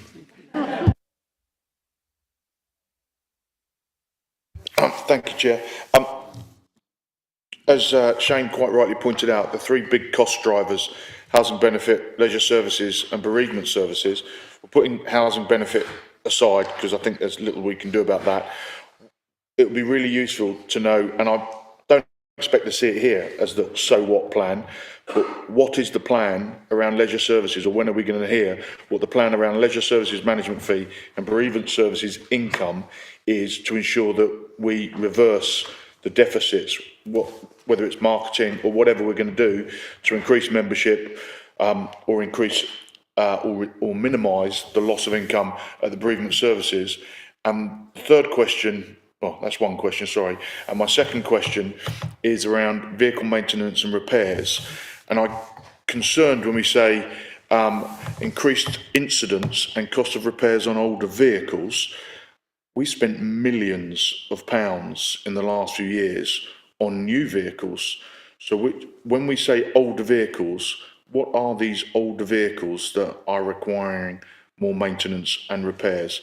And it's always good to get a clearer view on whether it's maintenance, which should be programmed and scheduled and understood, or whether it's repairs. Are we having more accidents than we would traditionally expect? And those are quite detailed questions, so I don't expect a full answer here, Mark, but it would be quite useful. One, when we're going to get a plan on how we're going to reverse the loss of incomes, and two, it'd be interesting to understand a bit more breakdown on the increased cost of our vehicle use. I'm surprised David Sutton hasn't sighed loudly, because we've been through this many times, but if I could. And I don't expect that now, Mark, because that's too detailed. Thank you. Mark? Thank you, Chair. The £10 I offered as a bet last year with the finance officers remained in my wallet and hasn't been called on this year. I suggested that we wouldn't end up with a deficit, and I was, for at least 3 quarters, they held their nerve and said no, it wouldn't. And they obviously knew something better than I did.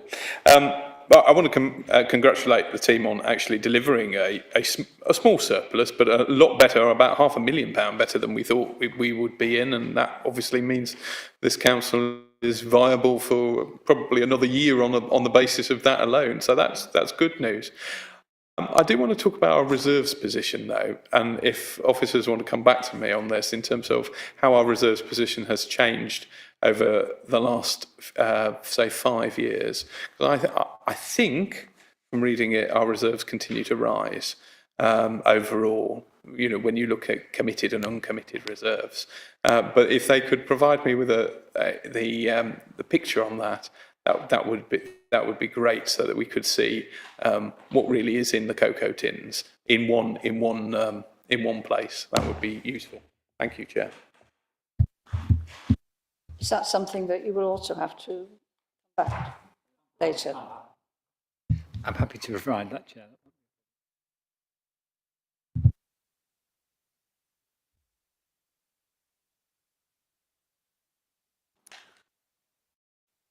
Recommendation. We've done it, haven't we? We've reviewed the financial monitoring details. So I think we've done that item. If I may, Chair, just to clarify, those 3 reserves which I talked about require agreement from those reserves. Okay. Yep. Are we all agreed about setting up the reserves? Thank you.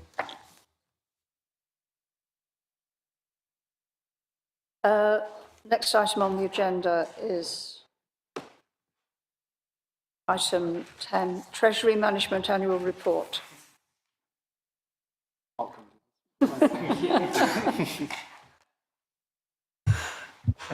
Thank you, Chair. As we've often said at this committee, this is probably one of the more technical reports that the committee receives during the year.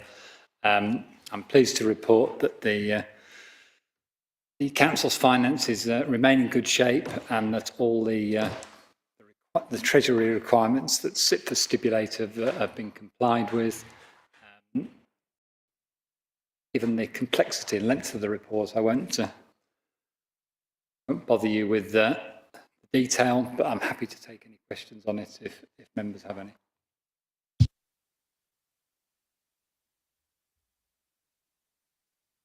Thank you, Chair. Could I just ask about what our advisors believe is going to happen to interest rates, and where we would be best putting our considerable reserves in the next year in order to maximise the benefit we can get from that? What's their advice currently? I might put my 12 quid in whatever they're saying. Through you, Chair. A timely question. It was only yesterday morning that we had our quarterly review with our Treasury advisors. That review went on for nearly 2 hours, and a significant part of that was talking about interest rates. So I'll try not to take too much of the time now.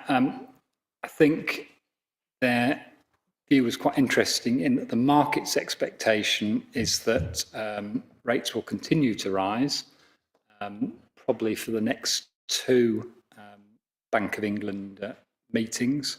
Interestingly, the advisors' view themselves is that they think that's overstated, and that if you listen to the comments made by the Governor of the Bank of England only the other day, his view is that the impact of interest rate rises is fairly limited, because the problems that the economy faces are global rather than domestic, and that the bank may be wary of putting up rates for the sake of it but you can't rule out what the market's saying, so it will be interesting to see. In terms of the council's exposure to that, as we said before, the council's borrowing is on fixed rates through the PWLB scheme, so we're not exposed to those rate rises until we take out future borrowing. And at the moment, there's no plans to do that in the short term. The small benefit to us is that the surplus funds that we have from time to time, both reserves that we hold and any short-term fluctuation cash flows, as we invest those, then we are at a slightly higher interest rate, probably were 12 months ago.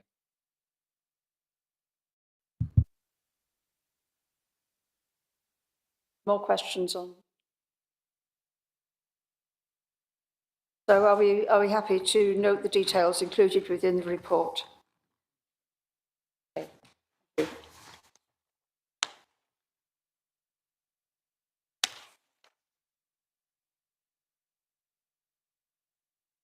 Item 11 is the annual and Q4 performance report.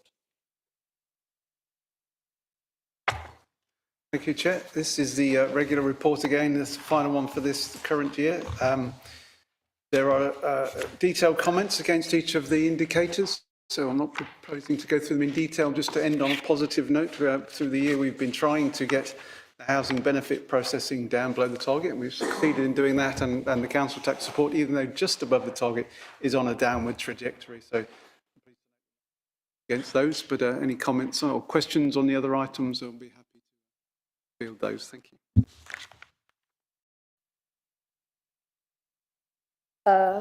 Steve. Yeah, thank you, Chair. Just in relation to the Future High Streets Fund acquisitions, note what you say here, or what is said here in relation to continuing discussions in relation to Trinity House.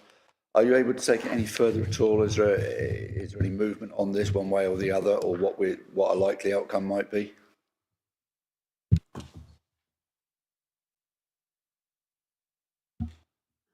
Thank you, through you, Chair. I think it's fair to say now that officers have concluded the work on Trinity House. We've made a final offer, which is still somewhat adrift of the current owner's valuation. Our independent valuations are not close to what the owners would require. So we are currently looking at alternative propositions where we can deliver similar value outcomes with the funding.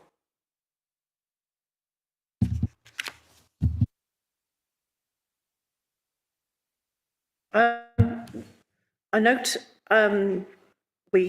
about the complaints, but where do we record compliments?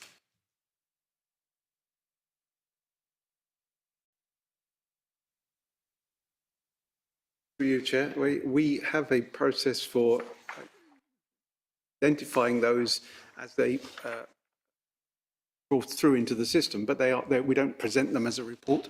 As such, we only present the complaints. We have records of those if members would like to see more. It might be an idea to perhaps once a year we could perhaps do a series of compliments. Yeah, Through you, Chair. Yeah, actually, in more detail on that, we're currently in the process of revising our customer service performance information and gathering a lot more information about how people feel about the services they're receiving from the council. So part of the scorecard for this committee in the future will be a different presentation of what people think about us. We're gathering that on a daily basis. We'll be able to bring a lot more detail around that.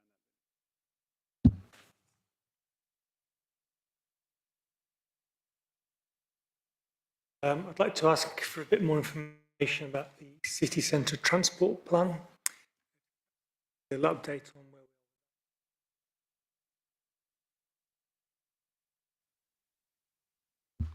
That sits with me, I'm afraid, Louis. Nick has sent me an update and I need to get it circulated round. So I'll get it out to group leaders by the end of this week.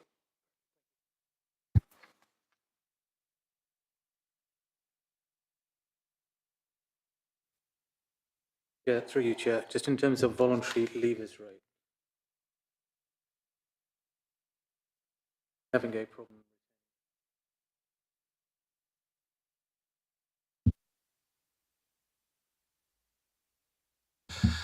Yes, I think in certain areas of the business we are coming under pressure, particularly in the operations areas of the business where we are suffering a higher rate of leavers.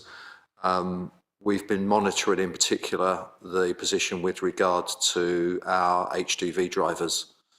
As you know, the situation nationally in terms of the levels of salaries are way above what we could afford to pay.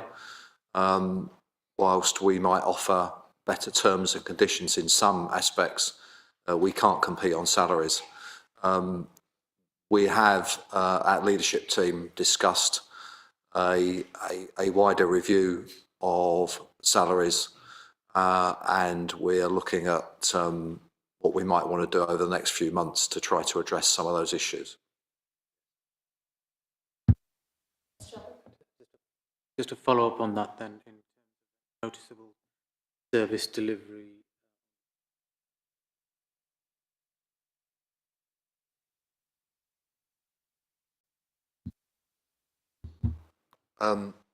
Thank you, through you, Chair. I think it's fair to say that we've worked extremely hard with the in-house service provision to make sure that we have the flexibility across the teams.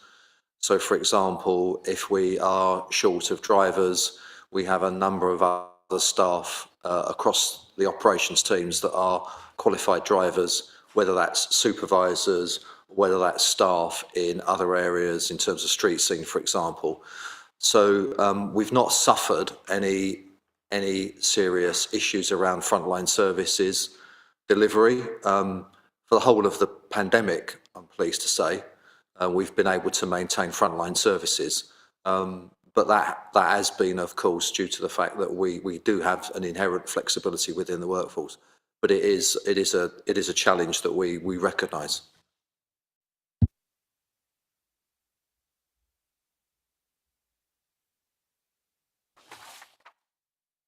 In that case, are we all happy to note?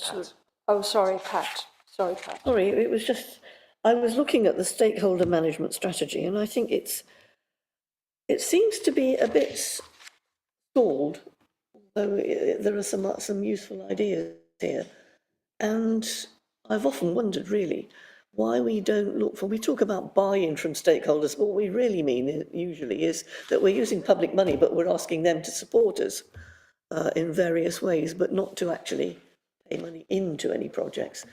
What I would really like to see is to get a lot closer to our stakeholders and our stakeholders to actually, work together with us. I would very much like to see in the future, and I don't know how far in the future you think this might be, I'd like to see actual buy-in, inward investment, basically, in more than just their own projects. I'd like to see us invest in our whole community, in our whole.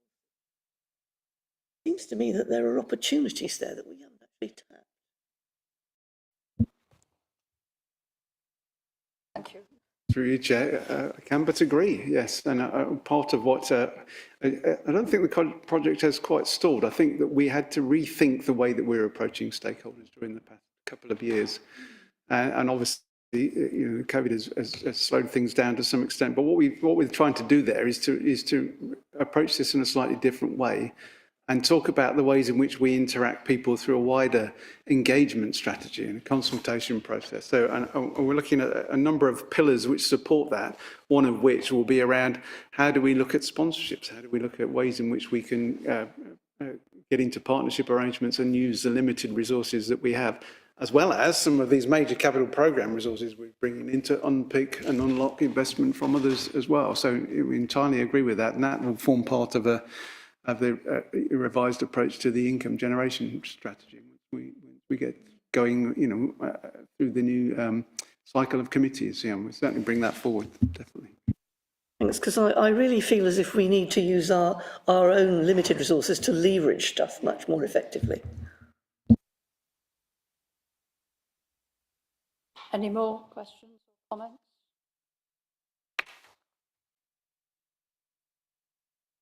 So we're all happy to note the report.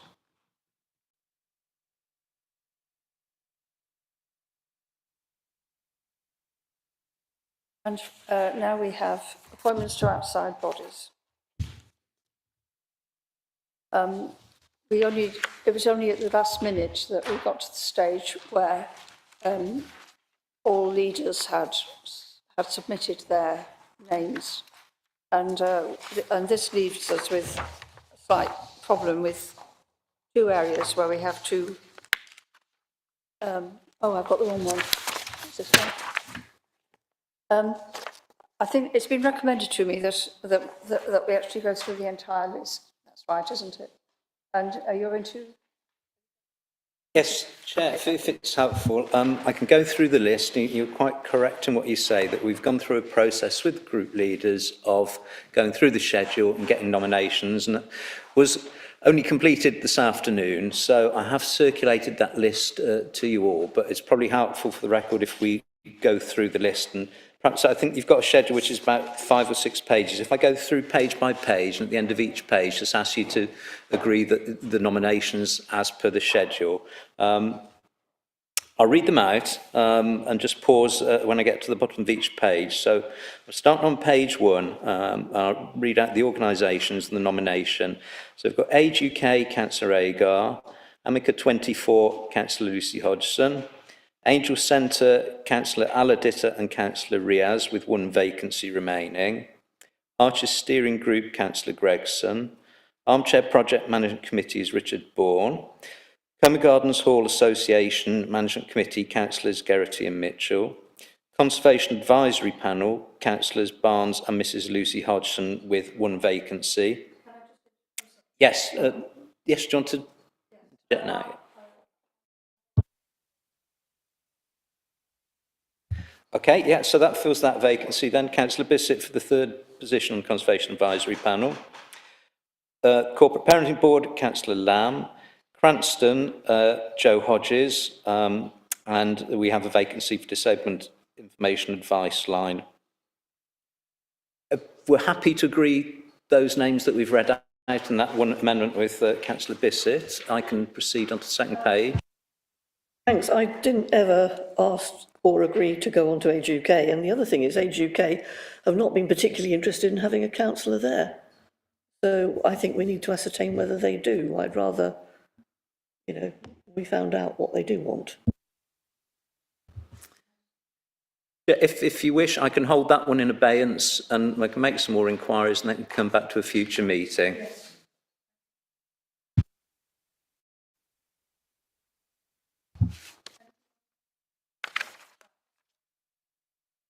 Chair, if I proceed then on to page 2, we've got Disability Sport Worcester, Councillor Orcott with Councillor Lucy Hodgson as the alternate; Algarve Foundation Management Committee's Councillor Udall; Fairfield Centre Management Board, Councillors Cleary and DeSera; Hello United Charities, Christine Cawthorne; Health Overview and Scrutiny Committee, Councillor Udall; Historic England, we've got Councillors Lucy Hodgson, Petrosky and Lewing; Hot Market Charity, we've got quite a few names to go through here. Councillors Barnes, Lewing, Aladitta, Hassan and Stephen Hodgson are the nominations. We still have 2 vacancies as far as councillors are concerned. There are also 2 independent trustee positions which are vacant. We've had 1 nomination, which is Joe Hodges, but there remains a vacancy for the other. And lastly, the Local Government Association General Assembly is Councillor Bayliss with Councillor Mitchell as the alternate.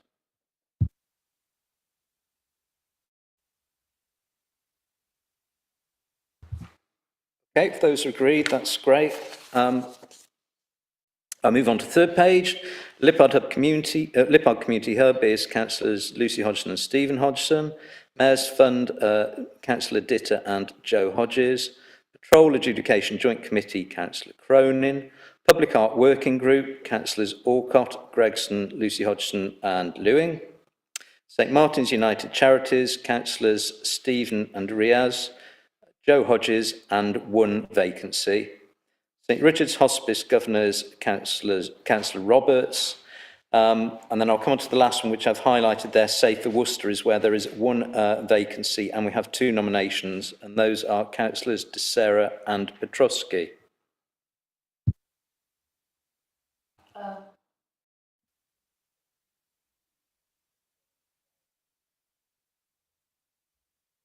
Fine with the South Worcestershire Community Safety Board.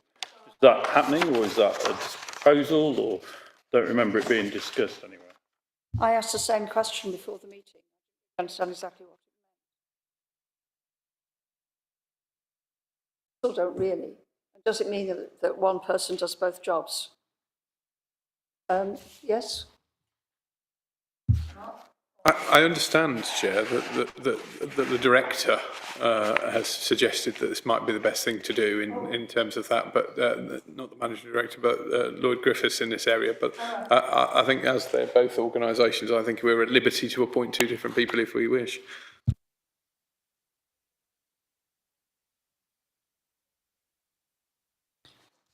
Chair, yes, sorry to interrupt. Yeah, Councillor Bayliss has really explain what I'd have said. There is a linkage between this appointment to Safer Worcester and the South Worcestershire Community Safety Partnership representation. And it is correct that the corporate director did indicate that it would be desirable to have the same person representing council on both organisations. That's not an essential, as I understand, but it was just officer advice. It comes back to the question, though, we do have 2 names here for Safer Worcester, and I think we need to decide which one of those appointments to make. It may require you to give a show of hands for each name in turn. Chair, is it, since it's a kind of a, not a subcommittee of this committee, but, sorry, of this council, a function of, an important function of this council, shouldn't cross-party representation actually, it was open to all councillors before.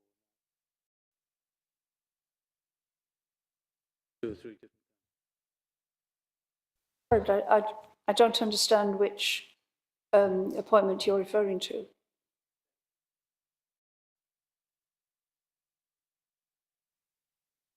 But I think we've just agreed that we can have to, yes, we can still have one person doing this and another person doing South Worcestershire Community Safety Partnership. Is that?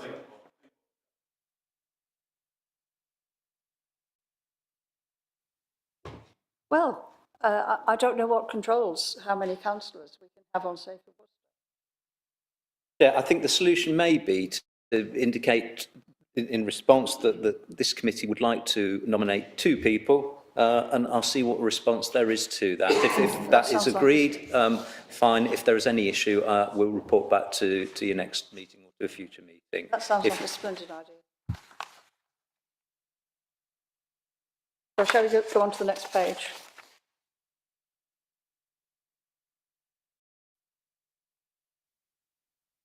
Okay, thank you, Chair. We're on to page 4. We've got a vacancy for the Shop Mobility Management Committee. We've mentioned the South Worcester Community Safety Partnership nomination there is Councillor Stanley. The SWDP, we've got councillors Agar, Orcott, McKay, Lucy Hodgson and Stephen.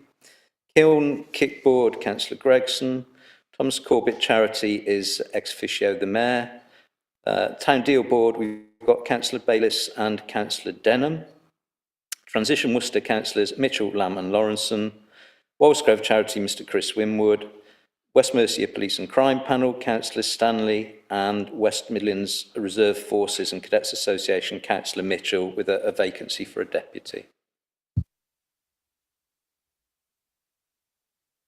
Chair, just on South Worcestershire Community Safety, there's a requirement formally a cabinet.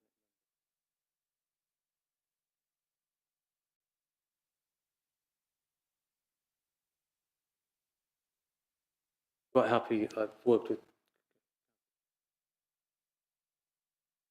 in terms of clarification, the restriction.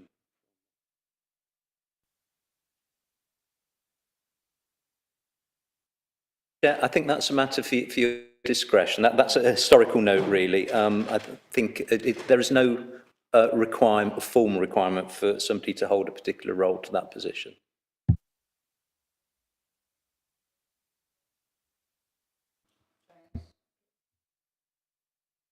Happy to defer to Adrian. I was just going to say, wasn't that it may have been a historical note, Julian, but I think that what that would have been updated to was the Chair of Communities Committee.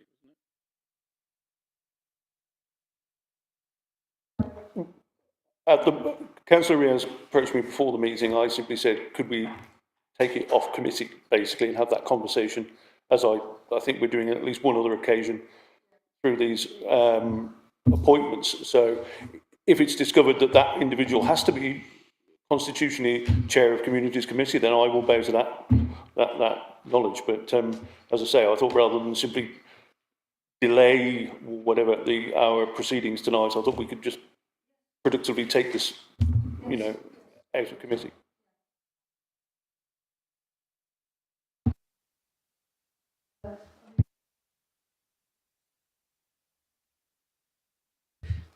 If we're happy with all those appointments on page 4, yes, I think just going back to the last point, I'm happy to again clarify that particular issue, and if there is any specific requirement, I can report back to you. Go on to page 5. Sorry, Chair, I was going to put my name for the deputy for West Midlands Reserve Forces.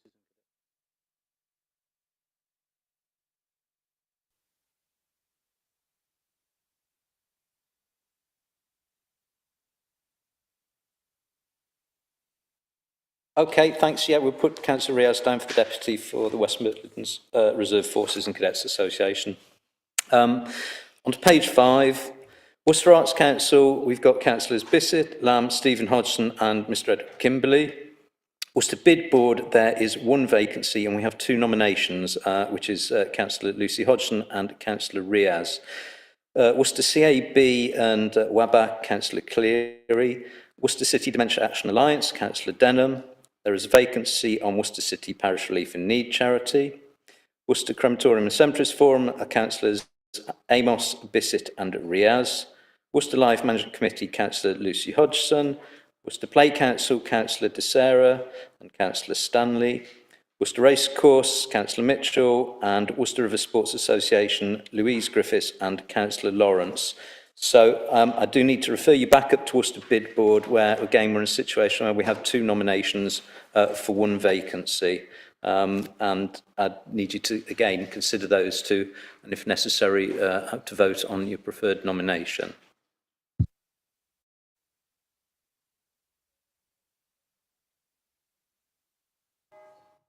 I'm not aware that there is any flexibility on that one. It is a given that it is 1 nomination. So that means we have to choose one at the meeting. Yes? I just want, on the same logic that was given before, Lucy is the chairman of the PED committee, where clearly this remit in terms of business engagement would fall. So I would have thought that was the justification for Lucy being our nominee on that. But it may also be the justification for other changes elsewhere in terms of community.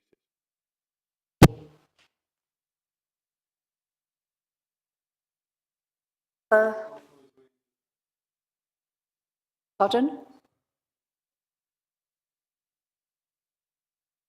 That's the logic, then we might previous communities' decision.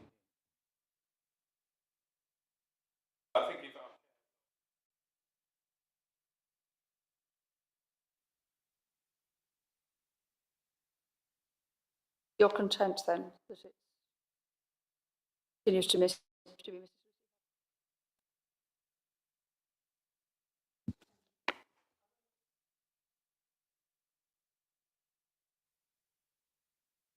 Can I just ask about Louise Griffiths being on, being one of our representatives still on the River Sports Association? Is that okay, or do we need to find somebody new? Again, that's a matter for your choice, and that nomination has been given to me, Yes. but there is no requirement for the representative to be a councillor, Okay. as far as I'm aware. If you wish to consider an alternative, you can do, but those are the two names that have been presented to me. Mark? Chair, she was not a nominee of this group, of my group anyway, and I don't know where the name came from.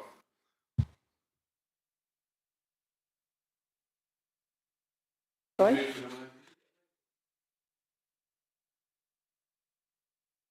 think it's best to ask councillor. That please, Julie. Sorry, Sorry, Louise Chair, Griffiths, not councillor. She's not councillor She's not Griffiths councillor, anymore. yeah. And it's for this committee to nominate, not ask if she wants to do it. So I think she has to have a nomination from someone. So we're saying that the Conservative group, through my leader, the Conservative group haven't nominated her. If one of the other groups want to nominate her, then that's fine, but they need to make it clear who's nominating her. Okay. I don't think we go and ask any other member of the public whether they fancy being on something. All right. Thanks.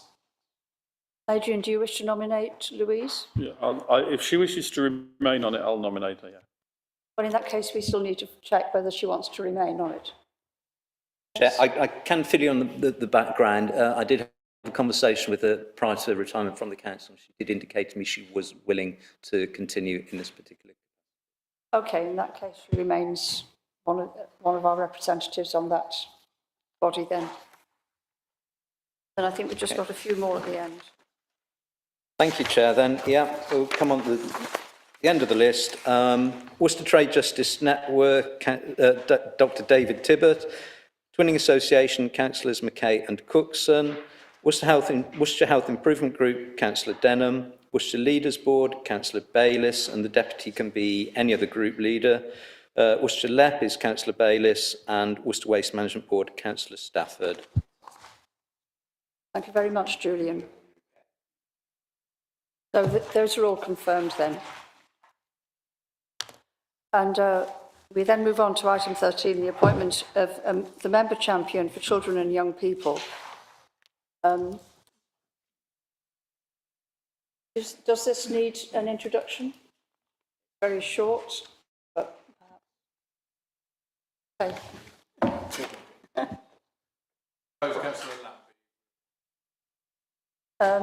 But anyway, No, formally said, well.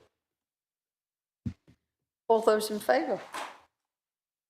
Okay, Councillor Lamb is reappointed.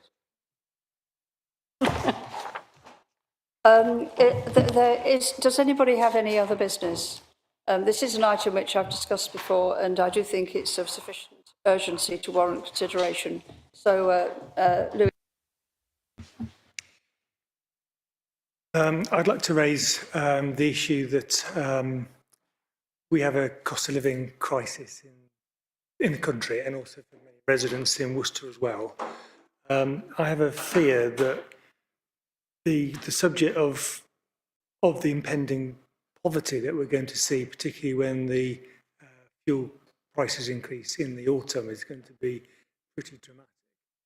I worry that although many of the committees will bearing on this, whether it be resources or community, health and well-being, fear that the frequency of those meetings and the speed of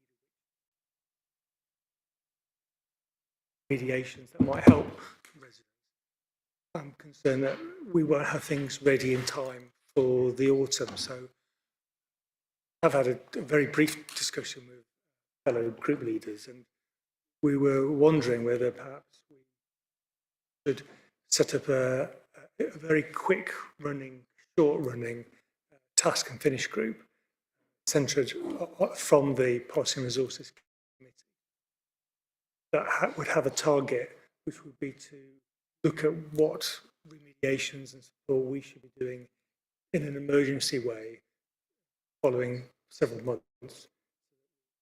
Some way of giving some sort of comfort to those who are most. When we discuss this privately with group leaders, a reasonable consensus that essentially we would have a member from each of the going into this. So I was just wondering whether that would be here tonight. At this task. Louis, would anybody like to speak on the subject, either for or against? Yes.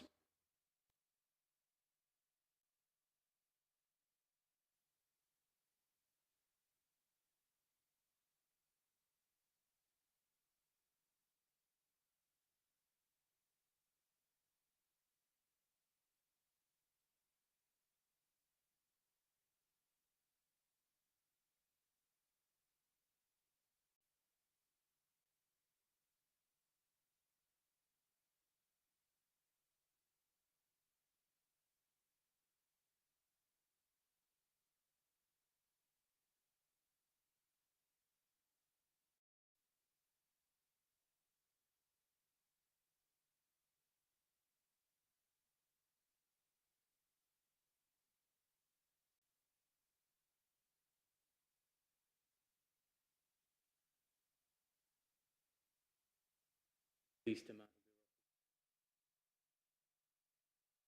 to the front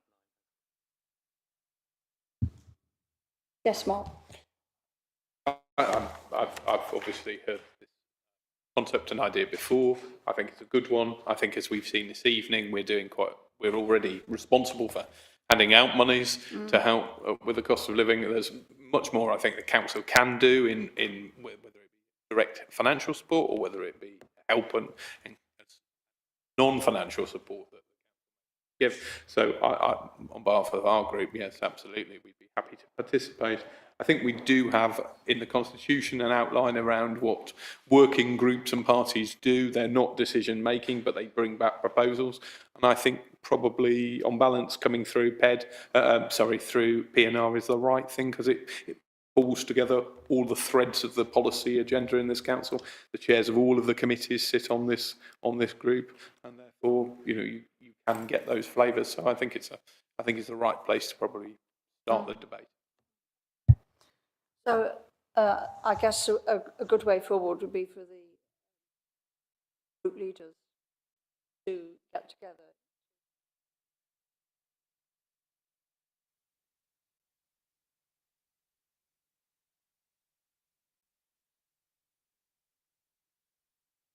That's oh yes.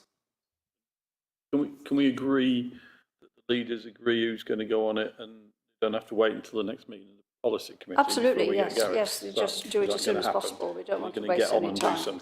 Yeah, absolutely. So unless there's any other business, I declare that this meeting is over.